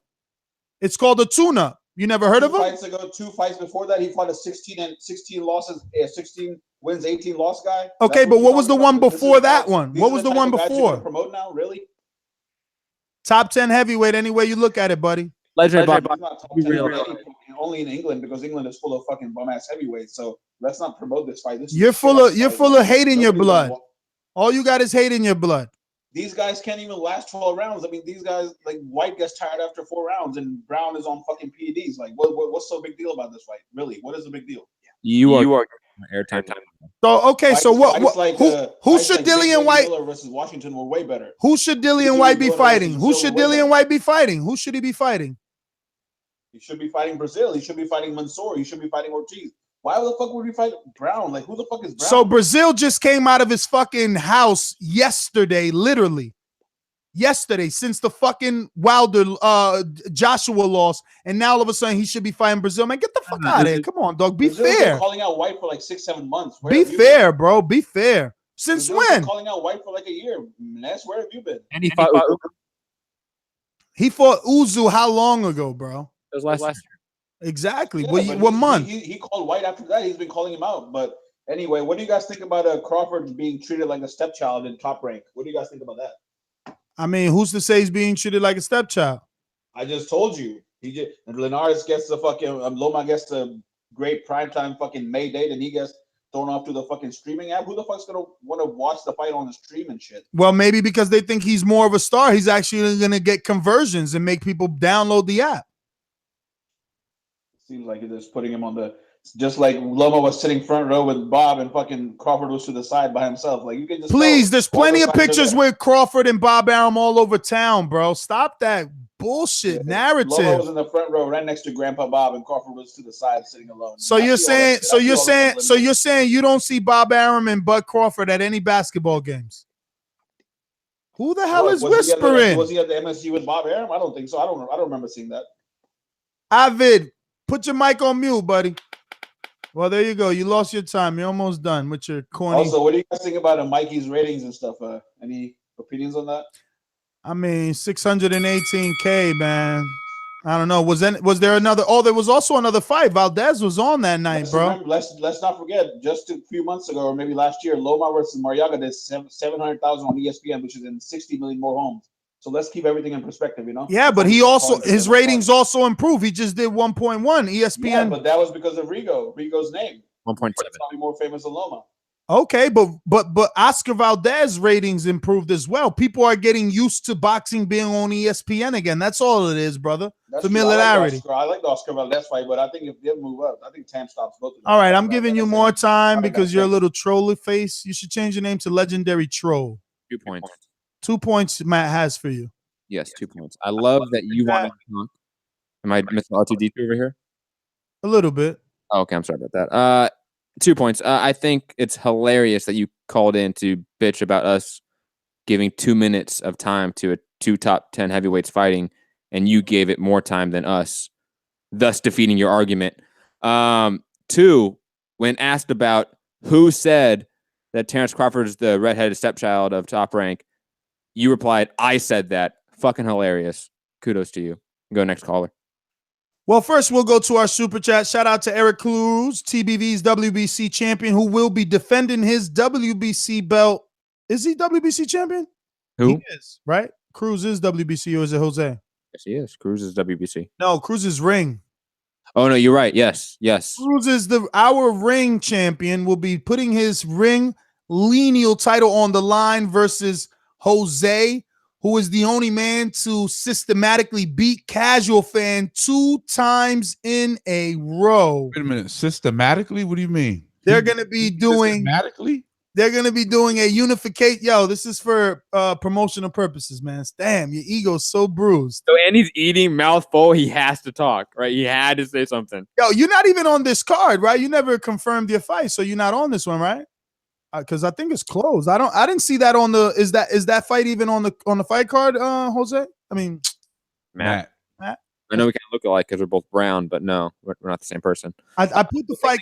Isn't it in the chat? Check it out. But anyway, Eric Cruz, the Ring Magazine champion for TBV, who will be in a unification fight with Jose from Canada in Border Wars Season 3, which will be taking place in Florida. And it is closed now. You cannot sign up, unfortunately. We have 16 participants and a full card that will be commentated, pro-refereed, have live streaming and everything going on. But anyway, his message is, if you aren't subscribed, me and Matt, baby. Oh, you doing live commentation? We even the budget even requires for us to wear suits, but I'm gonna just wear one of them shirts that are suits. That is a suit. So you guys ain't on the card? Please don't do that, Ness. Nah, I'm not on the card. I'm not on the card. Well, I am on the card. I might be. I don't know. I gotta see. We don't know. You on the card, Matt? Matt is not. Matt is not. Matt retired. I did not retire. I'm just taking this card off. Matt retired. I did not retire. Matt retired. We got it. Yo, we got a 48-year-old that signed up that's 130 pounds, and Matt still didn't take that fight. Wait, who? Yeah, ask Jose. I wouldn't take that fight anyway. He said he got 6 years experience. Oh, I never heard about that. So yeah, but you don't want that sauce. Yo, he's 48 years old. He's 48 years old. With 6 years experience. Oh, 48 years old, man. Matt, did you see that old man? It was like not right. It's a video. Yo, those old man on IG. Yeah, that old man on IG. Put it on. That ends up being me. Please post that to the public because that will go viral, and that's some money right there. But I'm down to beat up a 50-year-old. Like that'd be fun. Well, you better contact Jose because he signed up. But anyway, I don't want to beat up Alex Lemon. Man, stop it, Matt. You're a fucking cutoff machine. I'm sorry. I didn't know you were talking. Hacksaw Jim. Hey, I don't want to beat up Alex Lemon, like Info Joe beating up. I think Alex Lemon should fight in this fight. Alex Lemon fighting again? Hey, I'm trying to give shout outs over here because I Love Muff is showing mad love. And we got to shout him out. He called us the MMA voice. And Rubuski. Oh, that's right. We didn't talk about Jose Pedraza, who signed to Top Rank, is on this Top Rank card, as well as Christopher Diaz and Felix Verdejo as well. We do have interviews with him. Adam Sperber, our New York City correspondent, is and will be covering that fight. He was at Fight Week this week, so we did interviews with Pedraza and a few others. So head on over to ThaBoxingVoice.com/videos or right here at YouTube.com/ThaBoxingVoice. And we got another super chat from, I'm going to just go ahead with AZ. Checking in from Arizona. Got to pay my tuition for boxing school. Z's the name. So now we ain't going to call him AZ. We just going to call him Z, and we know his name. So do we have any boomerangs or ringers so I can go to? No, we do not. All right. Agree. So let's go to Alexander Bully. Yo, what's going on, people, man? First off, I'm gonna say, look, Ness, you was talking facts just before Legendary Boxer started chatting shit. You was talking facts about AJ. That man is a superstar, and I actually want this fight to happen. But I think, especially Eddie Hearn, he could navigate his way through Deontay simply because AJ is he's the A+ side, Deontay's the C side at best. It's not an A side, B side thing. But all Deontay needs to do, because he dropped the ball when he was up with the Dillian Whyte fight and he didn't take it. He needs to go to London and stay there. He needs to stay there for the Dillian Whyte and Brown fight, run up in the ring, say, look, Dillian Whyte, I want you. He needs to go straight to Cardiff. Come on, doggy. Come on, doggy. When does a champion run up on the ring on a contender, man? Come on. Listen, it's just what he has to do. He has to do it the Shannon Briggs route because he needs to get his name up for the UK casuals. The UK casuals don't know who he is. Every hardcore boxing fan knows, but the UK casuals that don't really watch boxing like that, but whenever AJ come on and put all this money in his pocket, don't know who Deontay Wilder is. If they did know, and they will know, they'll start calling for it. AJ won't be this superstar, this megastar. Hold on, Alex, right? Check it out. When we were at the Wilder camp filming Camp Life, he's gonna, and the plan is after that fight with Parker, he's gonna be in that ring. Okay, he better be, man, because no disrespect to Deontay Wilder, the man can't even throw a hook properly. He'll be lucky to grace the ring with AJ and get this knockout. But more importantly, I want him to do this thing properly, man. I need him to go and do the Shannon Briggs thing properly, man, because Shannon Briggs was getting his name out there. And if he runs up, if he goes to a restaurant where AJ eating and throws some pasta in that nigga head, that fight coming faster than if he does the Wilder Voice or he does that Camp Life documentary. It was fire, by the way. If he does the Real Housewives of Atlanta or wherever the fuck, whatever bullshit reality show, he needs to be wherever AJ is and causing a stir. Because wherever AJ is, there's cameras. And if there's cameras and he runs up on him the right way, the UK fans will demand that fight. And then and only then will he get the fight that he needs. Because them 2 million paydays ain't going to cut it. Yo, my friend, just the fact that you're saying that a champion with the WBC title has to do all that to get a fight, you are just clear indication that your man is straight up quack quack. So wait, hold on. Quack. Tell me then, what's the reason why he gets paid what he gets paid and AJ gets paid what he gets paid? That has nothing to do with your point. Why are you arguing that? That has nothing to do with your point about Wilder having to run up on AJ. I try to argue that with Jose Ramirez versus Imam. Versus St. Louis. Progresso. If AJ gets into a real confrontation with Deontay Wilder and there's paparazzi there, that will get on the front page of the news. Let's be honest. If Deontay Wilder got into a beef with Brazil or even Ortiz, it wouldn't happen, man. That's what he needs to do. You better text him late at night and say, yo, listen, I've got a good idea. Don't worry, B. He listens to the show. You know that. Bomb Squad! So does Tyson Fury. So does AJ. So does Eddie. So does the world. Shelly, Kelly, Kel. Making rhymes now. Nah. Shelly, Finkel, Kelly, Swanson. But it was rhyming. You could have kept going. All those people actually listen. Like, you know what I'm saying? I know that they do because I know that they do. So we're going to CK in Cincinnati. What's up, brother? What's up, brother? How y'all doing? Hey, man. Hey, this Mayweather McGregor. I gotta say, Mayweather, he easily top 5 boxer all time. But I had to say Conor McGregor is a top 5 UFC fighter of all time. So if UFC only been around for 5 years. Ain't gonna happen. 20-something years, but now 25 years. But okay. UFC, Matt? UFC? 1993 was UFC 1. Damn, shit, whack. UFC 1, that shit sound like wrestling. Sound like XFL. But I'm telling you, McGregor is he an honorable guy, so he ain't gonna take him down, man. He just gonna use the kick, and it's gonna be a good. That's gonna be the downfall right there. No, he's gonna take him down. With the kick, he gonna be forced to take him down, but by then it's gonna be too late. He ain't gonna use the takedown on him, man. That's his octagon, man. Shit. He ain't gotta use no takedown. Not until he get in there with Mayweather. What you talking about? He's gonna take him down. Man. Took down Max Holloway. He's gonna take down Mayweather. Triple G. Oh no, it's gonna be a good fight, but he gonna be using the hands. He gonna hurt him with the hands, man. But on that Triple G Canelo, man, that's gonna be I'm telling you, that's gonna be the fight right there. I don't see nobody beating Triple G. The only guy that can probably beat Triple G is probably Andre Ward.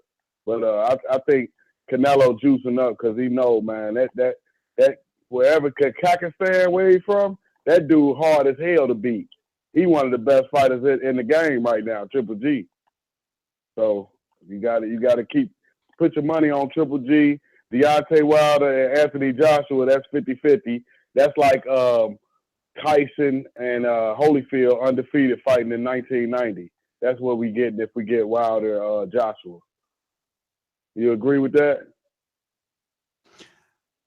I mean, we gonna get 2 undefeated fighters, that's for sure.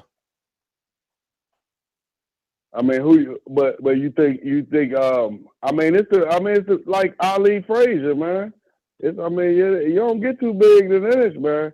But you just got to make sure they stay undefeated, man. Let me ask you a question. It would be better. It would be better if they did it like Ali and George, like in another country, man. In the Manila, Thriller in Manila. I don't know about Africa like that.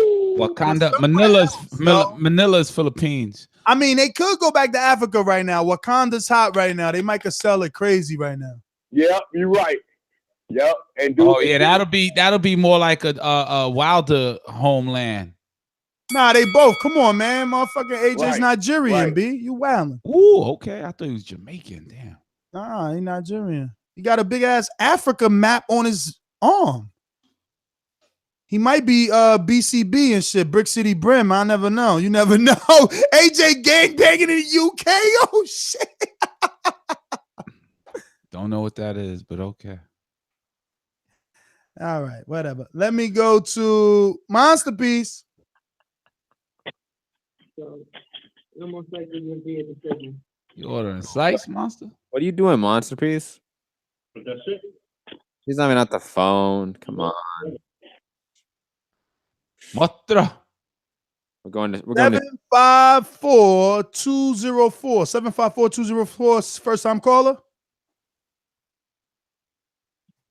Yeah, out of Broward County, man. What? Who is it, my friend? Yeah, named Jamal out of Broward County. Jamal out of Brown County. Talk to us, my Broward friend. County. It's South Florida, man. Dow County. Okay, Yeah, South Florida. I watch your show. South Florida, Broward County, for a lot of the 794.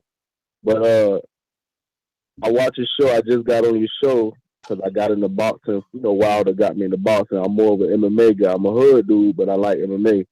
And I watch your show. I think Wilder would be bigger if he was in MMA, to be honest. I think he'd be $1 million pay-per-view buyer right now if he was MMA. I think he's unique with his frame and everything. You put him in the sport.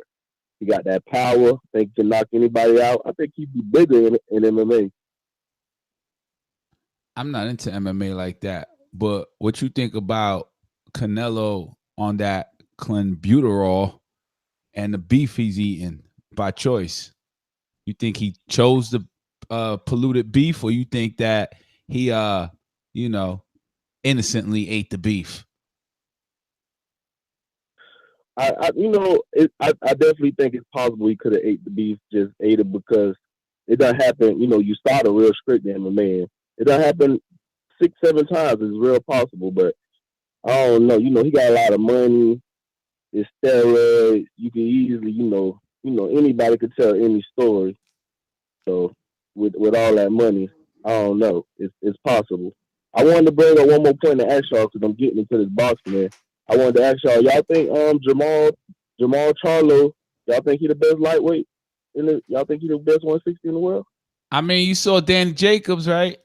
He got one loss. Not the best in the world. He got to prove that still, but he's definitely one of the top dogs in boxing. Top five. Yeah, Ness, I like you, man, but you tripping with the MMA thing, man. You're a little wild out here. You're a little disrespectful with. Hey, listen, I actually wanted to hear your response because I heard you say you wanted to see Wilder in the MMA, and the whole discussion is that Floyd wouldn't be able to survive in MMA because he is not a, wrestler, according to Matt. So why do you think Wilder will survive? He's not a wrestler. The reason I think Wilder would survive because Floyd fight 140. What's his weight in boxing? 147, 140? 47. So he would be fighting more skilled guys at that weight. If he fought Conor 145 or something like that, Conor destroy him. Conor's a skilled guy at the stand-up game. Conor wouldn't try to take him down. It wouldn't be about that. It would be different dealing with Conor in the octagon. That range, those kicks. As soon as he throw him a low leg kick, it's just different. I know you think that Floyd can move and all those things, but Conor knows the tricks. That's how I look at it. Conor knows the trick. And And he gonna be real big at that 145, and that he's gonna feel bigger in that octagon than he did in that ring. That's a fact. He's gonna feel bigger, and his comfortableness is gonna throw Floyd off. He's gonna be so comfortable. It's just a different world. It's just a different world. Elbows, you gotta think all those different things. Standing leg kicks. Conor can throw all that shit, man. Conor can throw all that shit. I just think Deontay will survive because he's in the heavyweight division. It's a lot older guys. Easier way to become a star. He a black dude, speak good. Anytime you get that in MMA, they take off. Rampage, Rashad did 1 million back in the day when it was only white, red niggas watching this shit. If Wilder had started MMA instead of boxing, you would be right. But Wilder going up against a Stipe Miocic, Daniel Cormier, Fabricio Verdum, he would not be able to take the wrestling and grappling of those guys similar to anybody coming from boxing into MMA. I see what you're saying, but his length. Knock out top 50 guys, maybe. You could knock out top 50, top 100 guys because it's the heavyweight division and the heavyweight division. Fabricio, no. Daniel, no. But if he catch Stipe in the first round, if he can keep Stipe off him in the first round and catch him with that right hand, he could be a champion. Because all you need to do is block that jab and you just keep Stipe off of the first round. All you need to do is level check off that jab. Right hand I saw with 4-ounce gloves. But Jamal, you know this because you watch MMA. Jamal, you know this because you watch MMA. All you need to do is level change that jab in that right hand, duck under for a double leg, and you're on top and you're in control. And Deontay Wilder would have. I see what you said, but I'm saying Deontay is long and he's surprisingly strong, and he will be big in that octagon at that size. I'm saying him against a Stipe, he would have a chance if he would take 9 months off, 8 months off, train with a Tyron, train with a David Cormier. Not enough time. With an Olympic wrestler, learn how to just defend the takedown. All he gotta learn is defend the takedown. He land that right hand with 4-ounce gloves, they going to sleep.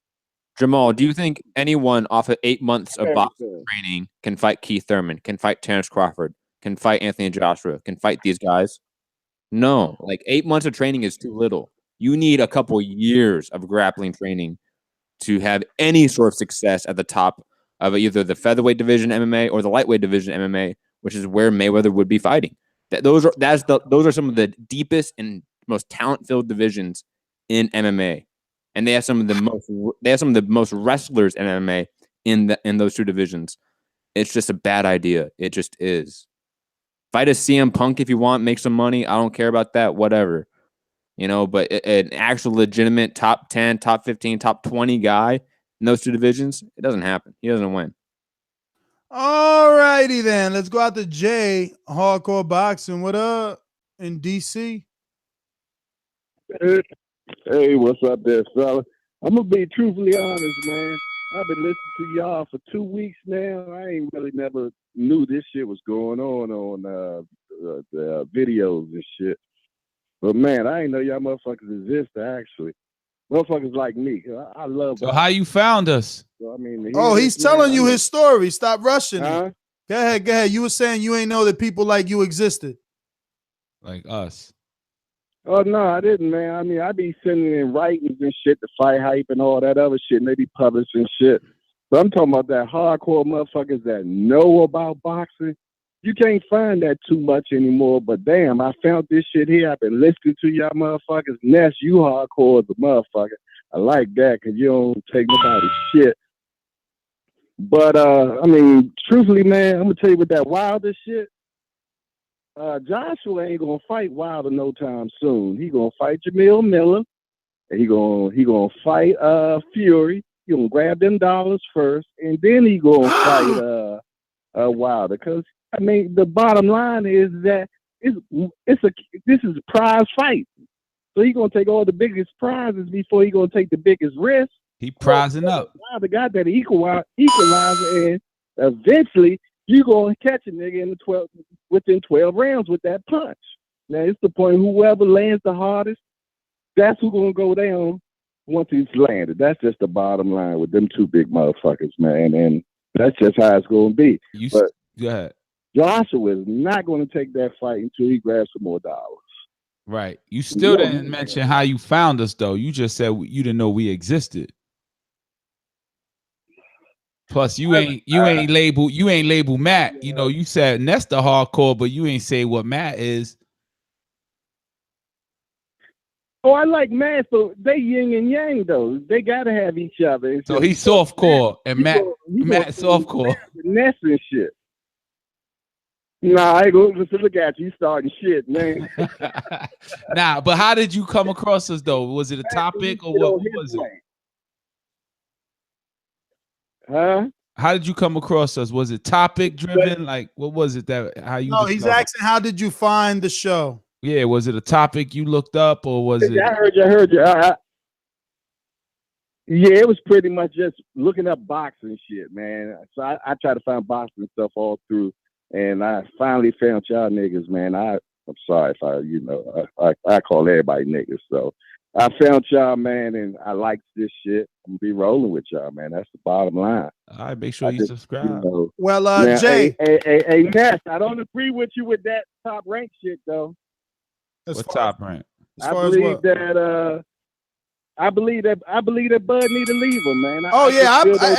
He's not going to get his best shit. Hey, man, listen, I want that too, man. And I only want it because I just want whatever fighter is in whatever division to be wherever his career can flourish the most. That being said, Jay, Hardcore Boxing. Listen, man, holla at us. We'll take some articles. We're looking for New York City, Los Angeles, and Las Vegas correspondents that could represent the Boxing Voice and do a good job. We need people that are capable of getting some good video. So if you are talented enough and you want to join the team, definitely contact me and Matt or the Boxing Voice on all forms of social media. And let's get this started. We're going to keep these phone lines moving. We're going to the 704. In North Carolina, 704? Clenbuterol. What? Yo, Gaz. Yo, Gaz, hit the thumbs up button. It's on 129. Turn it to I was live on the thumbs up. I hit it live earlier, man. I should have said something, man. But man, you dropping, Matt. Hit it. I already did. No, you didn't. You hit it with my account. Shout out to the 240 people watching live right now. If you have not hit that thumbs up, shout out to the people, some good people. Get mad ethnic right now with that clenbuterol and hit that button, that blue button that is. For the people. Or go to patreon.com/ThaBoxingVoice for hours and hours of extra boxing content. We're at 28% of our goal. We're trying to get to 100, and we're trying to get to 100K before the end of the year. Fuck that. My birthday's May 31st. Let's do it. Subscribe to the YouTube. Oh, yes, tell a friend. What? Forgot we hit 55 million views on YouTube. Oh my God. We need about 500, though. I think we need about 500 more. If we could get 500 more subscribers tonight, we'll be at 69,000. And we're trying to get to 100K by May. 100K by May. What'd you say, Matt? What'd you say? Shout out to them people. Shout out to the subscription box. Oh, don't forget the subscription box. Remember, only 5 lucky listeners will be able to sign up to this $150 valued subscription box by TBV. You'll be able to get clothing and apparel from Box Raw, who sponsors our good friend Keith one time, una vez, call him dos veces, because he got the belt 2 times. Thurman, Deontay Wilder also sports that Box Raw. And don't forget your very own Loma Nomaschenko. Also, in the mystery box, you can find products by Everlast, Title, Adam, Boxing, Cleto Reyes, Saba's Fight Gear, Susie Wong, Hayabusa, Rival, Optimum Nutrition. Matt, put the show closure music on from Ness. Oh, damn. He wants he just going in. Right. You sound like little fucking, what was that crime dog? Crime McGruff and shit. Let's go out to 704-751. 704-751. North Carolina. Is this? Yo, shout out to the people that asking for them shirts. I got you.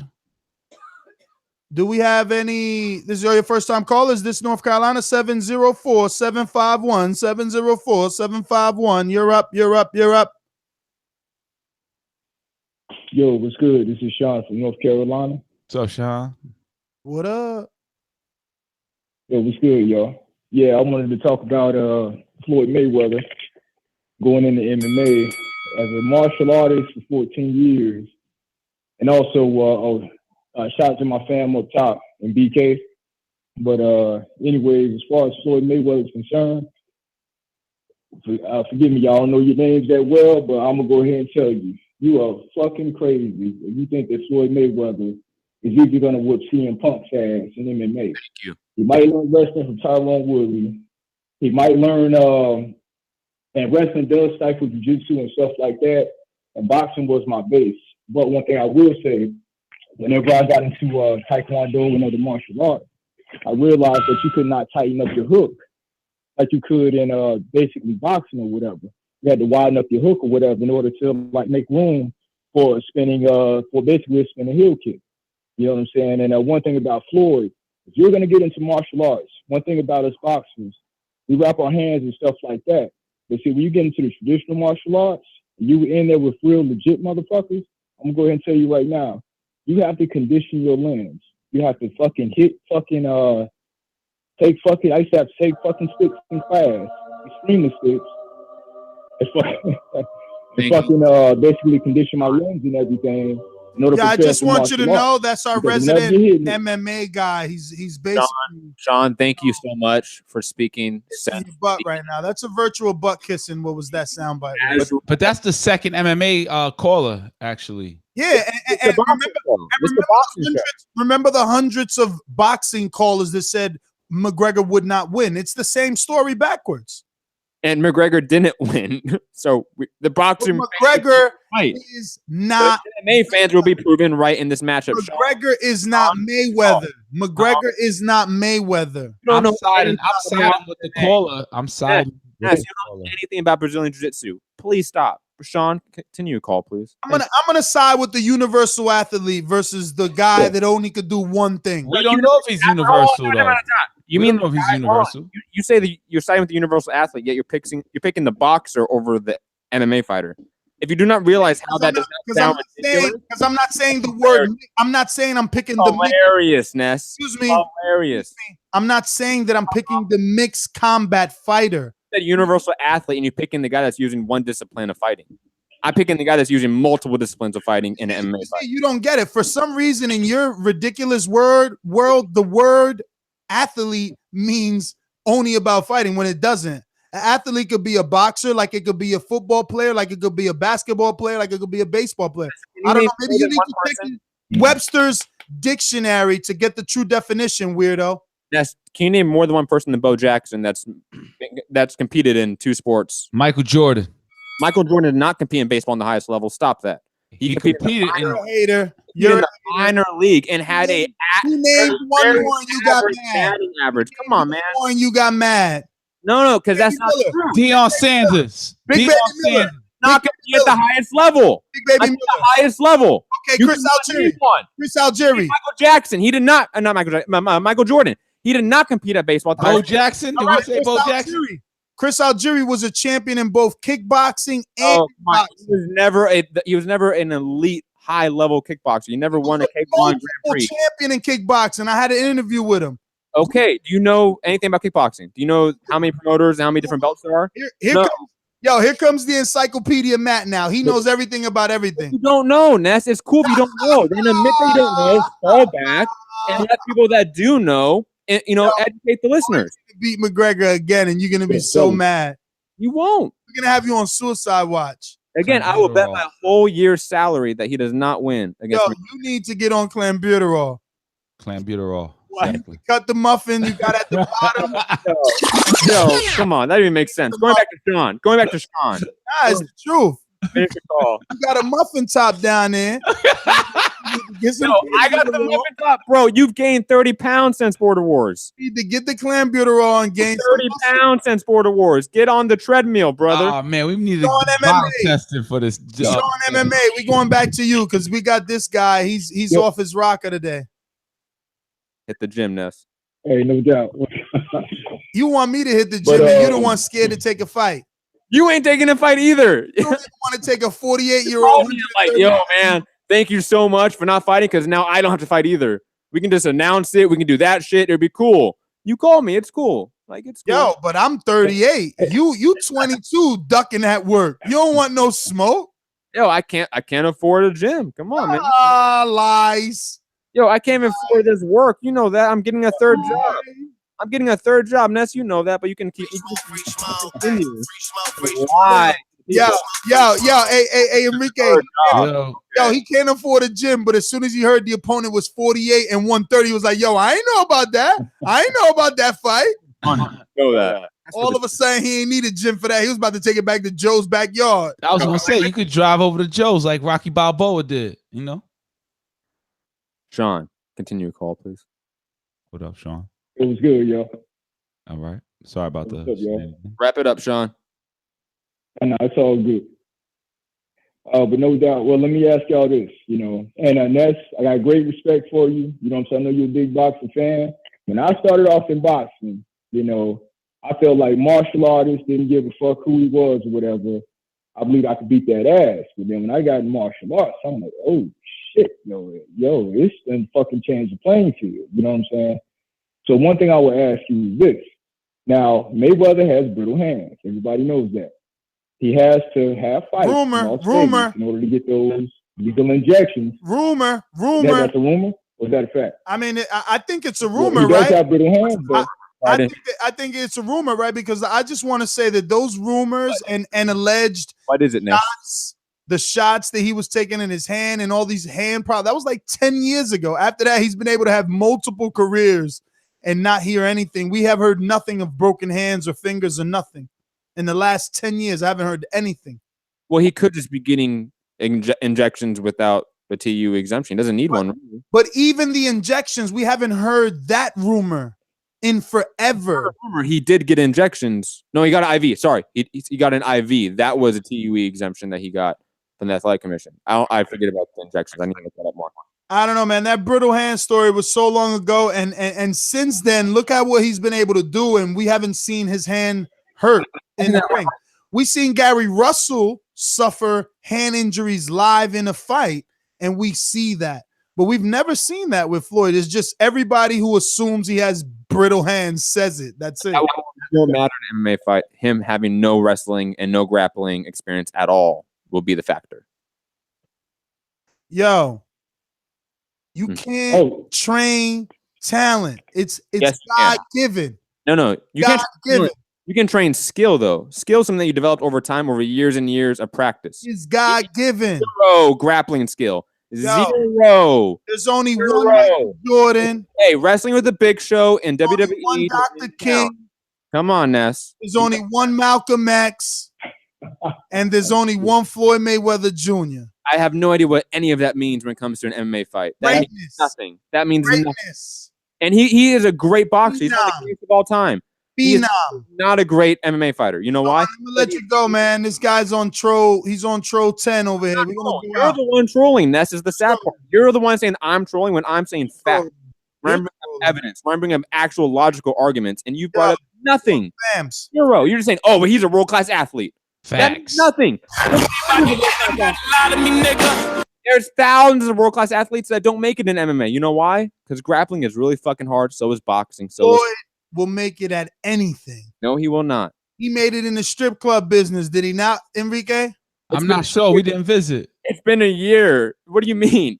Enrique. What do you mean he made it? He made it in the promoter business, right? Yeah, he made it into the promoter business for sure. An MMA fight. That's not an MMA fight. Running a strip club has zero to do with MMA fight. So he made it in the fashion business. Has nothing to do with this argument. Has nothing to do with MMA. What's up? In the entrepreneurial business, right? Yes, he has. He has. He made it. You guys are trolling. It's sad. Yo, Frank Sinatra style. He did it his way. And On a real level, it is sad when we have this level of Matt is mad at that. He's mad. We have this level of platform, and we just want to make jokes and not inform the listeners. It's sad. Like I get it. Like I make jokes here and there, but come on, man. Like if you're not educated, fall back. What are you informing the listeners about exactly, or what is it that you think you're informing them about? Inform. Give him the platform right now. Have any evidence of a guy with zero grappling experience coming to the highest level of MMA and winning? I agree with you. I'm sure 10 people will walk in the room and agree with you. And maybe 8 of them would agree with you. No, it's not about agreeing. Do you have evidence of it? Because we have cases of fighters. So Matt, let me get this straight. Zero grappling experience and losing. Matt, let me just see if I copy this right. So your logic is if it hasn't been done before, it can't be done. No, I'm saying that you have no precedent. Zero precedent. You know how stupid you sound when you say it out loud? No, it's not stupid at all. Enrique, no. What Floyd said he's gonna do, and I'll believe you. You are saying who did what Floyd said he's gonna do, and I'll believe you. Yes. Oh, you can't name one, right, Enrique? Well, it doesn't. Well, he ain't gonna do it. That's so stupid. Yes. Your logic is dumb. So you are banking on something that's never been done before, and I'm the dumb one? No, you're the dumb one. No, and every listener that listens to you right now is getting dumber because of it. Every listener is getting dumber. What size is that box? What size is that box that you're in? What box? That little fucking box where zero optimism at all. It's not. Look, I said I'd be happy about it. You can fight CM Punk, fight these guys. I will probably watch it. You're in a We're box. gonna cover it, but he's not gonna win. You're in a box. Floyd's gonna win. McGregor couldn't win. The grin is gonna be upside down. Guess what's a grin upside down? What's a grin upside down, Enrique? Yes, didn't you go on and on about how McGregor a sad face? Sad. All the listeners out there, I apologize for the stupidity on this show and the unwillingness to learn. I'm sorry, listeners. Oh my God. Ho, shut the fuck up. Damn, you worse. You call me a hoe. I'm just going to call you. Is this Mastermind? 90 seconds. It's cool. That's Mastermind. That's gonna hate me, man. That's gonna hate me too, man. I've been around the Crunk gym as a kid. My boy, I know Robert Easter. He came out as a boxer. My dad was Yo, Ron, why are you always on speakerphone? Just like you're like yo, the I'm worst. actually about to train, so chill. You gotta chill. Look, I gotta say, we hear the train, by the way. Too, man. 60 seconds. It's a different world out there, man. I'm not saying Floyd can't do it, but it's a different world. I've experienced boxing and martial arts. Oh my God, your call is horrible, Ron. Sorry, Ron. Ron, I am sorry, brother. When you hear the playback, you'll understand why. It was Gary, go it was really bad, Ron. Just so you know. Gary, get off speaker, Gary. Yeah. No, I'm not on speaker. Talk to us. Is that better? Yes. All right. I'm not a huge Mayweather fan. I rooted against him in most of the Gary, hold on. Next, mute Enrique. I mean, did you watch McGregor? Hold on, Gary. Can you mute Enrique? Because he left his mic hot. And it's running around. Yeah. Enrique on the YouTube chat. Thank you. Okay. Because his kids are running around. They're calling for you. Is that better? No, it's not you. Go for it, Gary. It wasn't you. It was somebody else. Yeah. I'm not a Mayweather fan. I rooted against him in most of his fights. But Matt, did you watch the Mayweather-McGregor first fight? McGregor does not know how to throw a punch. There's not any type of fight in the world Conor McGregor could beat Floyd Mayweather in. Yes, there is. I know that you're the UFC guy, and this is your Gary, have you watched a single McGregor fight? Gary, have you watched a single McGregor fight in the UFC? No. Okay, then you have zero experience on the matter and are talking out your ass. Okay, I'm not talking out of my ass because the guy doesn't know how to throw a fight. You saw him fight a boxing fight. He's not a boxer. I saw that. It was embarrassing. Gary, he's an MMA fighter, not a boxer. Any punches in a UFC fight, Matt? Yo, again, striking in MMA is different. Ask anyone. Ask Heather Hardy. Ask Heather Hardy. She'll tell you. No. You hold on. Punching. Hang on. That girl. What do you mean? I mean, there's boxers that will say punching is different in MMA. Matt, he waited, and you just keep repeating your points. We heard your take. You don't think Floyd could win. You think you got to tell every caller the same thing? Or could they try and give a different opinion to yours? How can you have a different opinion when you've never... okay? Hold on, Ness. I'm answering a question. Is it okay with you? No. If you've never seen McGregor fight, other than the Mayweather fight, then you're not experienced enough to talk about it. Plain and simple. Matt, I don't know. Is it all right for you to hear anyone's voice other than yours? If you've never watched a Wilder fight, you would not be experienced enough to talk about Wilder. You're now tuned into Mixed Combat Radio. I'm your host, Enrique Church, alongside the co-host, Max Hunter. No, you got that all wrong. You're now tuned into the Matt voice. Yeah, I like that. Gary's entire call. Yeah, he took Gary's entire call. Go ahead, Gary. Start all over this weirdo right here. I'm the weirdo.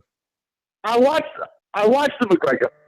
I watched the McGregor fight, and he's embarrassingly bad. The guy doesn't know how to throw a punch, right? And you said that he's a striker. Well, if that's his strong suit, that boy's got problems. He does strike with him. How many UFC fights he won? You can wrestle him. Is he not a striker? He can wrestle. He's a striker, but he can wrestle. You know why? Because he has years and years and years of grappling experience. He said he has years and years and years of boxing experience too, and that looked real good in the Mayweather fight. The guy doesn't know how to throw a punch, Matt. Again, watch his fights. Again, watch his fights. You watch a boxing fight. You haven't seen a single fight. Man can't. Gary, he's fighting other guys who have no skill set either. You're gonna have to deal with it. He's gonna consistently cut you off. Don't worry. He's just being an ignorant boxing fanboy, like that. That's being dogmatic. Now you're resulting in name calling, Matt. You're being dogmatic to your discipline, Gary. Wow. That's what it is. Wow. Low blow, man. I'm not even a Mayweather fan. I'm not calling you a Mayweather fan. I'm calling you a boxing fan. You are a boxing fan. You are being dogmatic to your discipline instead of being objective and thinking about who will actually win this fight. Matt, you don't think you're being judgmental? Sure. It's a soundbite right there. All right. Well, thank you for calling, Gary. This is now next caller. We are putting in predictions for Floyd Mayweather's next fight as an MMA fighter. Don in New York, man. I hope you have the same opinion as Matt, or be prepared for the wrath of the Titans. Or you could always speak about Amir Imam or Canelo Clambuterol. You know, we could also speak about Terence Crawford and Jeff Clock is ticking, Matt. I mean, Enrique, let him go. I really wanted to just start this phone call off by saying, yeah, man, just fuck Ron, fuck Gary, fuck Matt, fuck Enrique. Damn, what I'll do? 2020. That's what it's all about. And if you've seen Conor McGregor fight in the MMA, I don't know what is so shocking that he would lose to Floyd, because he doesn't have that much experience. He just seems to be a puncher anyway. It's not like he does, the whole chokeholds and takedowns and kicking all the time. He seems just to be punching anyway most of the time. He does. Watch the fight with Max Holloway. I just want to say one more point. If he was getting caught clean over and over by Nate Diaz, who has the slowest hands I've ever seen, what makes you think that he's not going to get rocked by Floyd with those lightning hand speed? Because he can take him down. Wow, Matt just can't help it. Well, I mean, if you're going to start off a call with fuck me, then I can respond. Who does McGregor take down, though? Max Holloway. Watch the fight with Max Holloway. He tore his ACL in the first round, then proceeded to wrestle him for the rest of the fight because he could not stand up. Watch the fight. Shout out to the Earthquake. Any episode with the casual is a great show. That's fucking right. Yes, that's true indeed. You can follow me at Fight Talk on my Instagram. How is it possible that Kimbo Slice can become a good MMA fighter in his 30s. Wasn't a good MMA fighter. So shocking to see. He wasn't a good MMA fighter. He was not a good MMA fighter. He was never top 10, never top 15. Why is this a MMA show all of a sudden? Yo, what you mean? Because Floyd You have to is be a good MMA fighter. I don't even think Enrique has reads the show notes. This fucking loser. I did read it, but there's also fighters happen. No, you didn't. No one's talking about Crawford. No one's talking about Clem. Because Floyd Mayweather's in the news. I know. Like you don't get it. All right, so open the curtains. Damn, boom. I didn't think it was gonna be Don't go that against heavy. Floyd. That's all that I'm gonna say. Don't go against Floyd. That's fucking right. John for vice president 2020. Yes. Okay. Later, guys. All right, John, take it easy, man. We got a ringer. Oh, who's that? Who's that? Is it Jose? Mr. Bobby Arum. Oh, Jose, we need to get you a new ringer, man. Why don't you holler at Dollar DB? Anybody looking for an introduction to the Boxing Voice, you could always holler at Dollar DiBiase at all forms of social media. He also has a Patreon where you could get on one tier and I think switch your intro up every month, man. You might as well get on that game. Dollar DiBiase. Jose, what it do? What it do? What's going on, boys? Good evening. First of all, a shout out to one of my buddies here locally, man, who's opening up his store. I think he's doing a promotion with TBV, so I want to welcome him to the TBV family. Hopefully, he sees the value. He's entertained by what you guys are doing. My boy, Classic Fight Shop. So I don't know if you talked about that or not, Ness, but appreciate. I think we talked about it so much. Enrique got mad. I don't know. Enrique, okay, good. Yeah, he was a bit of a hater. It's all good. It's all good. Anyway, you know what? I just want to touch on this topic here, Matt. Like, I don't know if anyone's brought it up or not, but what about Ray Mercer when he went in and just wiped out Tim Sylvia, man? Tim Sylvia was out of the UFC. Boxer, an old. Tim Sylvia was out of the UFC and not at the goes Matt again. He never lets a caller get his sentence off. I thought he was asking me a question. I thought he was done with the sentence. No, why don't you stop thinking and let people talk? You know, when I talk, I can't hear you guys. You know that. You have to agree that Tim. Okay, Matt. Tim Sylvia would have to. You'd have to agree that Tim Sylvia was closer to his prime than James Toney was when he fought against that UFC guy. So I mean, yes. He got starched. Like he got knocked the fuck out. Anyway, Jose, let me answer your question. Let me. Jose. Yo, he don't want to hear your answer. Let him talk. He's asking me a question. I'm going to answer it. Relax, Ness. Relax. If he wanted an answer, he would have paused. Ness, it's the Matt voice. Sit back. Strap. Understand. If he wanted your reply, he would have paused. He would have. Great, Ness. Now you pause. Jose, let me answer your question. He kept going because he wants to get his call off. Could you let him talk? Yeah, let's just keep going, Maddie. Let's keep going. I know what you're gonna say. Now, as to Ness's point, I don't think Mayweather has a chance, but we do have to admit one thing: Mayweather is special, man. Mayweather's not a boxer. He's not an athlete. Mayweather's a winner, man. He just wins at everything. And I don't know, man. If there's somebody that could actually do it, I would think it would be Mayweather, man. As crazy as it sounds. But switching topics. You're serious?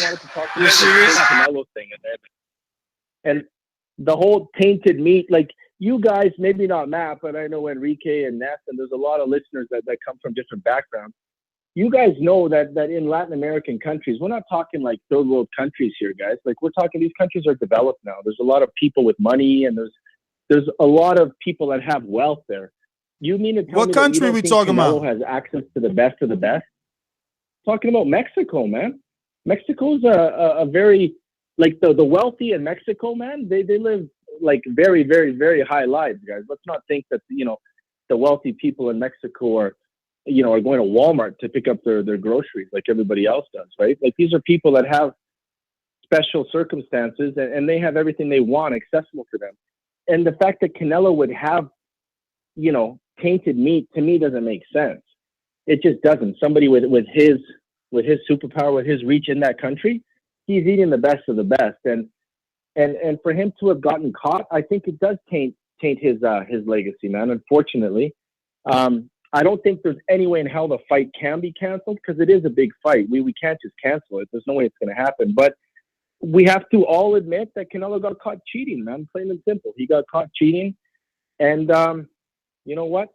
It just happens, man. Sometimes it happens, and I think people got to be stop being so naive and thinking that it's Mexico, poor Mexico. They don't have any way to avoid people eating shitty food. Like, of course not, man. It's a developed country, right? So anyway, that's my thought on that. One last shout out to my boy Jared. I know he's listening right now. And that's it, boys. Peace. All right, Jose. Well, thanks for calling in. Ness, before you go, let me answer Jose's question about Tim Sylvia, because that is an actual credible argument to make instead of any of the arguments that you guys have made. I would argue that Tim Sylvia was definitely not elite. He was out of the UFC at that point, about a couple years out of the UFC from what I remember. Had some PED allegations thrown at him, actually some tests I believe that he popped for. Tim Sylvia was heavily overweight. I believe it was even a super heavyweight fight. He was over, I believe, 300 pounds for that fight. I think it's just a little bit different than fighting, let's say, a McGregor. Now, if Mayweather comes and fights a no-namer jobber in the UFC for his first fight, it's a little bit different story. But he's fighting a legitimate UFC champion in his prime. It is different than fighting Tim Sylvia. When's the last time McGregor had a fight in the UFC? Get your weird ass out of here, man. You're so weird. He is still in his prime, though. When's the last time he had a fight? Answer the fucking question. Year, I believe. Last year, I believe. Or with this little soft voice now, Enrique. You hear? That's that I'm not sure voice. No. That's that insecurity. End of 2016. Yes! And then Mayweather, obviously 2017, and he's been on a yacht. Yes! What? I said McGregor fought in 2016. Cut it. What? Do you want me to answer? Cut it. What? Nah, I'm being childish. My bad, man. I know you're being childish, and you're cutting me off just like you.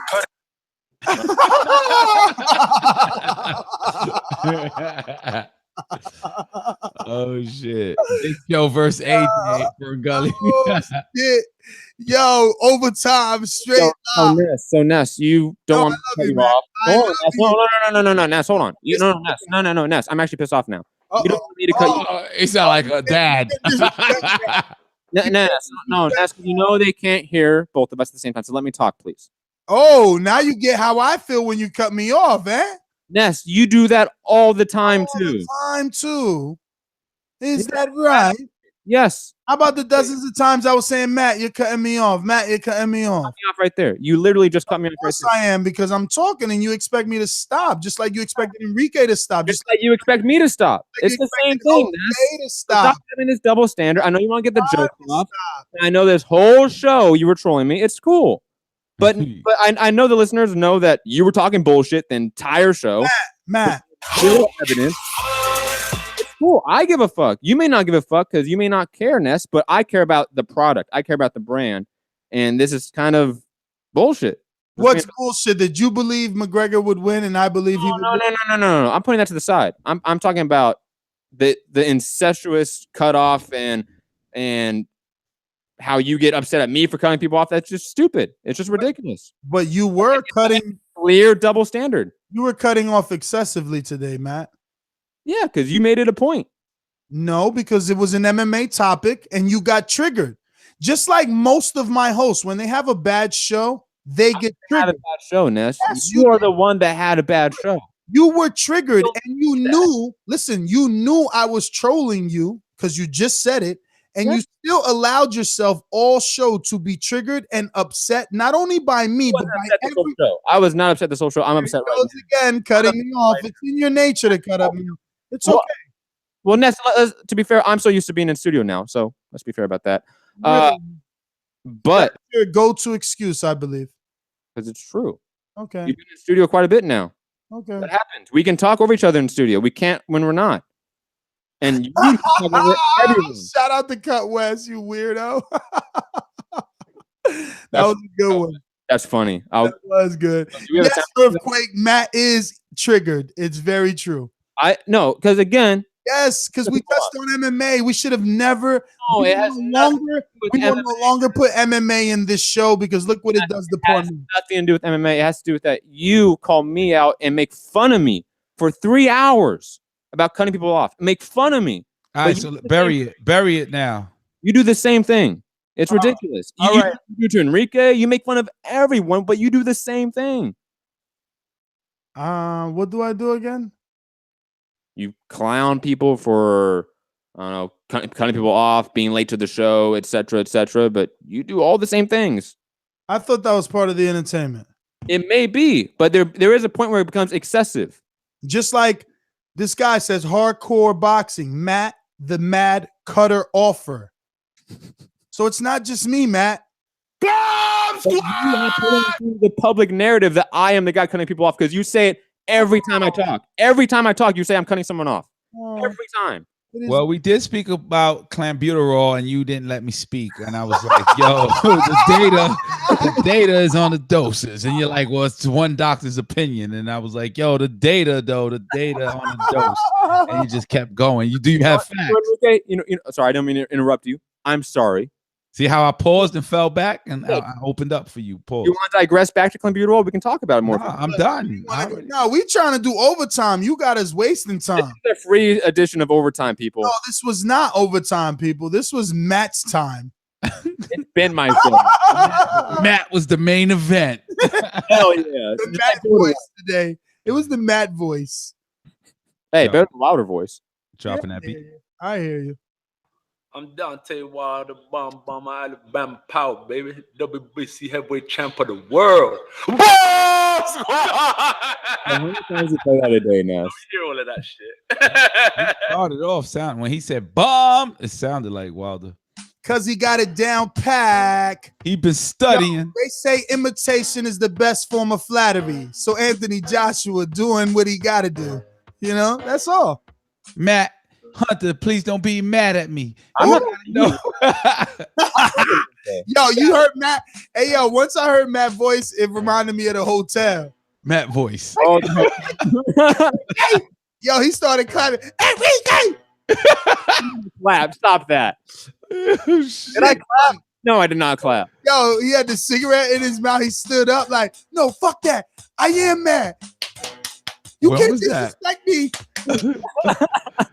I was like, whoa, Matt, chill. Yo. Scholar of boxing, Matt and Ness need to just rumble and get it over with. What? I would do an MMA fight with Ness. Yo, Matt wouldn't even know how to fucking. Matt's little arms couldn't even put my leg in an arm lock or anything. Like I would break Matt. He'll bend your finger. Probably will. Like chicken wing bones. Okay. He'll bend your finger. I get a submission. I just gotta get like a leg lock or an arm bar. Matt eats cereal with water. His bones have no calcium. Wait, did somebody say that in the chat? What? Did somebody say in the chat or you said that? No, that was me. Oh, I thought you were I'm a comedian, dog. Like I'm a comedian, all right? Like, I was meant to make people laugh. That's why I was trolling you all show. Yeah, fam Ollie talking about Ness and Matt Bruin. Yeah, it's gonna be a chess match. Live. A thumb wrestling match. No, I ain't playing chess with you, man. You're gonna kick my ass every time. I'm nasty. Yo, I think somebody that knew me played me the other day. They was laughing. Ha Ness. I was like, damn, whoop my ass before a flight too. Shout out to boxingfanapparel.com, boxingfanapparel.com. Don't forget to head on over to boxingfanapparel.com for your exclusive one-off TBVs, one-offs. And remember, we are giving 5 official subscription boxes valued at $150 to 5 listeners. And how can they subscribe, Ness? How can they get the box? You know, I haven't decided yet. I think they just got to contact you. and those who have pledged before the Joseph Parker, who have donated Ness, I'm waiting on that list. You ain't waiting on that list because you never said Ness, send me the list. This is I'm saying it live right now. I was busy, man. I went right from Vegas right to work. Donations, hold on. That donation's what, $15 in the super chat or more? Yes, whoever. Actually, I could go back and tell you who gets a shirt. What day was that we left or we did that show? We did the show. Matter of fact, I could find that too. Camp Life right here. Here we go. It was Wednesday or something like that. Camp Life. It was March 6th. So Andre Diacono gets a shirt. I remember that. Boxing gets a shirt. You think I'm writing this down, man? You got to email me that. Eric Cruz gets a shirt. Very, very important question. Very important question. PSK10 in the chat saying that includes international listeners. Hell yeah. Enrique got them deep pockets. It only costs like $5-7 to send it to the UK. but the UK, I know that the UK listener is gonna have to pay what Dominicans call impuestos. Customs and shit. Yeah, you guys pay fees on the shirt, so we'll try to undervalue it, but I don't know that Enrique will do that because it's a custom shirt and it's valued at a $75 price, and I don't think he's gonna want to lie and depreciate his brand like that because he works hard on it. Going back to the list, I believe Zane Huckabee. Oh shit, my man Balil. I'm gonna let you get on, Balil. I know that you was on. And me and Matt was with this funny back and forth MMA garbage, so we ain't let you talk. What's up, Balil? You see, I'm a friend. You remember that, all right? I'm a friend. That's why I do this. You gonna talk or what? Yo, what's up, TBV? What's good, baby? How you doing? What time is it over there? Yo, it's late, man. It's 2:24 a.m. UK? You in the UK? Yeah, UK. I never heard the time given like that. Well, here you go. Mine is 2:24 a.m. Yeah, man. Big up Matt. Yeah, I'm gonna back him up on this one because I think Floyd he's a boxing genius, but coming into MMA is different game, man. Different game. Just same way that when Conor stepped into the boxing ring, he was the massive underdog. Do you know what I mean? So yeah, man. Basically, I think that it'd be a bad move for him, but CM Punk would be a good opposition. Well, all right, but look, that's all you got. You want to talk about any of these upcoming fights? We got Jose Ramirez taking him on, and Amir Imam for the 140-pound WBC. We got Tony Bellew kind of entertaining Andre Ward in a return match, letting the world know that Dre is not truly retired. And Enrique's favorite topic, clenbuterol, Canelo meat. We also have injury by Terence Crawford, postponement for his Horn fight, making his debut at welterweight, will be on hold, and the obvious Mayweather kicking McGregor's ass in his first MMA match. Yeah, basically, David Haye v Tony Bellew. I think that would be a good matchup, good rematch. I'd like to know what your guys' thoughts on that are, but basically, I think that it could go the same way. Maybe Tony Bellew might get the decision this time, but David Haye can still punch. That's the thing. All right, brother. Yeah, David Haye could punch, but we don't know how that Achilles going to hold up. Yeah, I want to see how that fight goes down first. Yeah, man. We don't know where's that injury going to be at. But I see your point because, even with injury, it was hard for Bellew to get Haye out of there. And remember, though, that David Haye wasn't winning up until that injury. He was. And then the injury happened. Then he wasn't able to walk. Yeah, but final thoughts, or should I say just my IG. I'm out of here. You know what I'm saying? Find me on Instagram and Twitter at NestGTO. Maybe we do a overtime if these guys are up to it. If not, we'll see you guys at the next spontaneous one. Don't forget to subscribe. We're trying to get to that 69,000. We are officially at 68,538 subscribers. So thank you to everyone that continues to support the Boxing Voice and follow the movement. We appreciate it. Head on over to the YouTube channel and check the most recent videos because we continue to bring you the latest, greatest with the most stars in boxing, and the upcoming fighters is out there. We got plenty of new interviews. Ryan Garcia, Andrew Tabiti, man, everybody. Joseph Parker is going down. Actually, Enrique, what are you calling this piece of artwork that you've done with Joseph Parker? This one is the hardest one I ever did. Just because you know how it just felt. The vibes became good, but the approach, Matt could witness this, the approach to the house, not knowing when to pull out the camera. It was like, yo, you're welcome here. Kevin Barry, a great guy at the end, but in the very beginning, it was like, all right, am I able to do this? Am I able to do that? So, there's a lot of stitching to be done.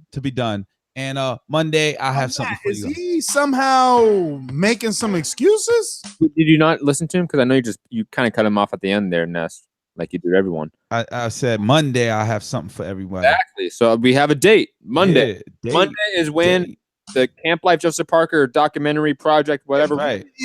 What I'm saying is, I feel like a sense of. Well, I'll tell you where the sense of came from. I get what you're saying now. There's things. I know what you're saying. I know what you're I feel saying. like a lack of confidence right now. I'm definitely mopping what you're spilling right there. All right. So let me point to you. Let me point you. It's an overtime topic, man. Give me social media, B. All right. So I'm on Instagram and on Twitter and on YouTube. And you can find me on Instagram at Fight Talk. And you can find me on YouTube and Twitter, TBV_casual fan. I'm extremely excited for the Joseph Parker Camp Life. The Enrique Church edition. The Enrique Church edition. But the confidence is coming from like, damn, I wish I just did. That's for overtime, fan. That's for overtime. You wildin'. We're going to pick this conversation about overtime. If you don't know what overtime is, head on over to patreon.com/boxingvoice. I'm going to go to my co-host in LA, big city of dreams. Final thoughts. Mayweather, you're going to come to MMA. You're going to have a couple fights. We know it's going to happen. Matt's obsession continues. Please fight a CM Punk level opponent first. Be smart. Just be smart.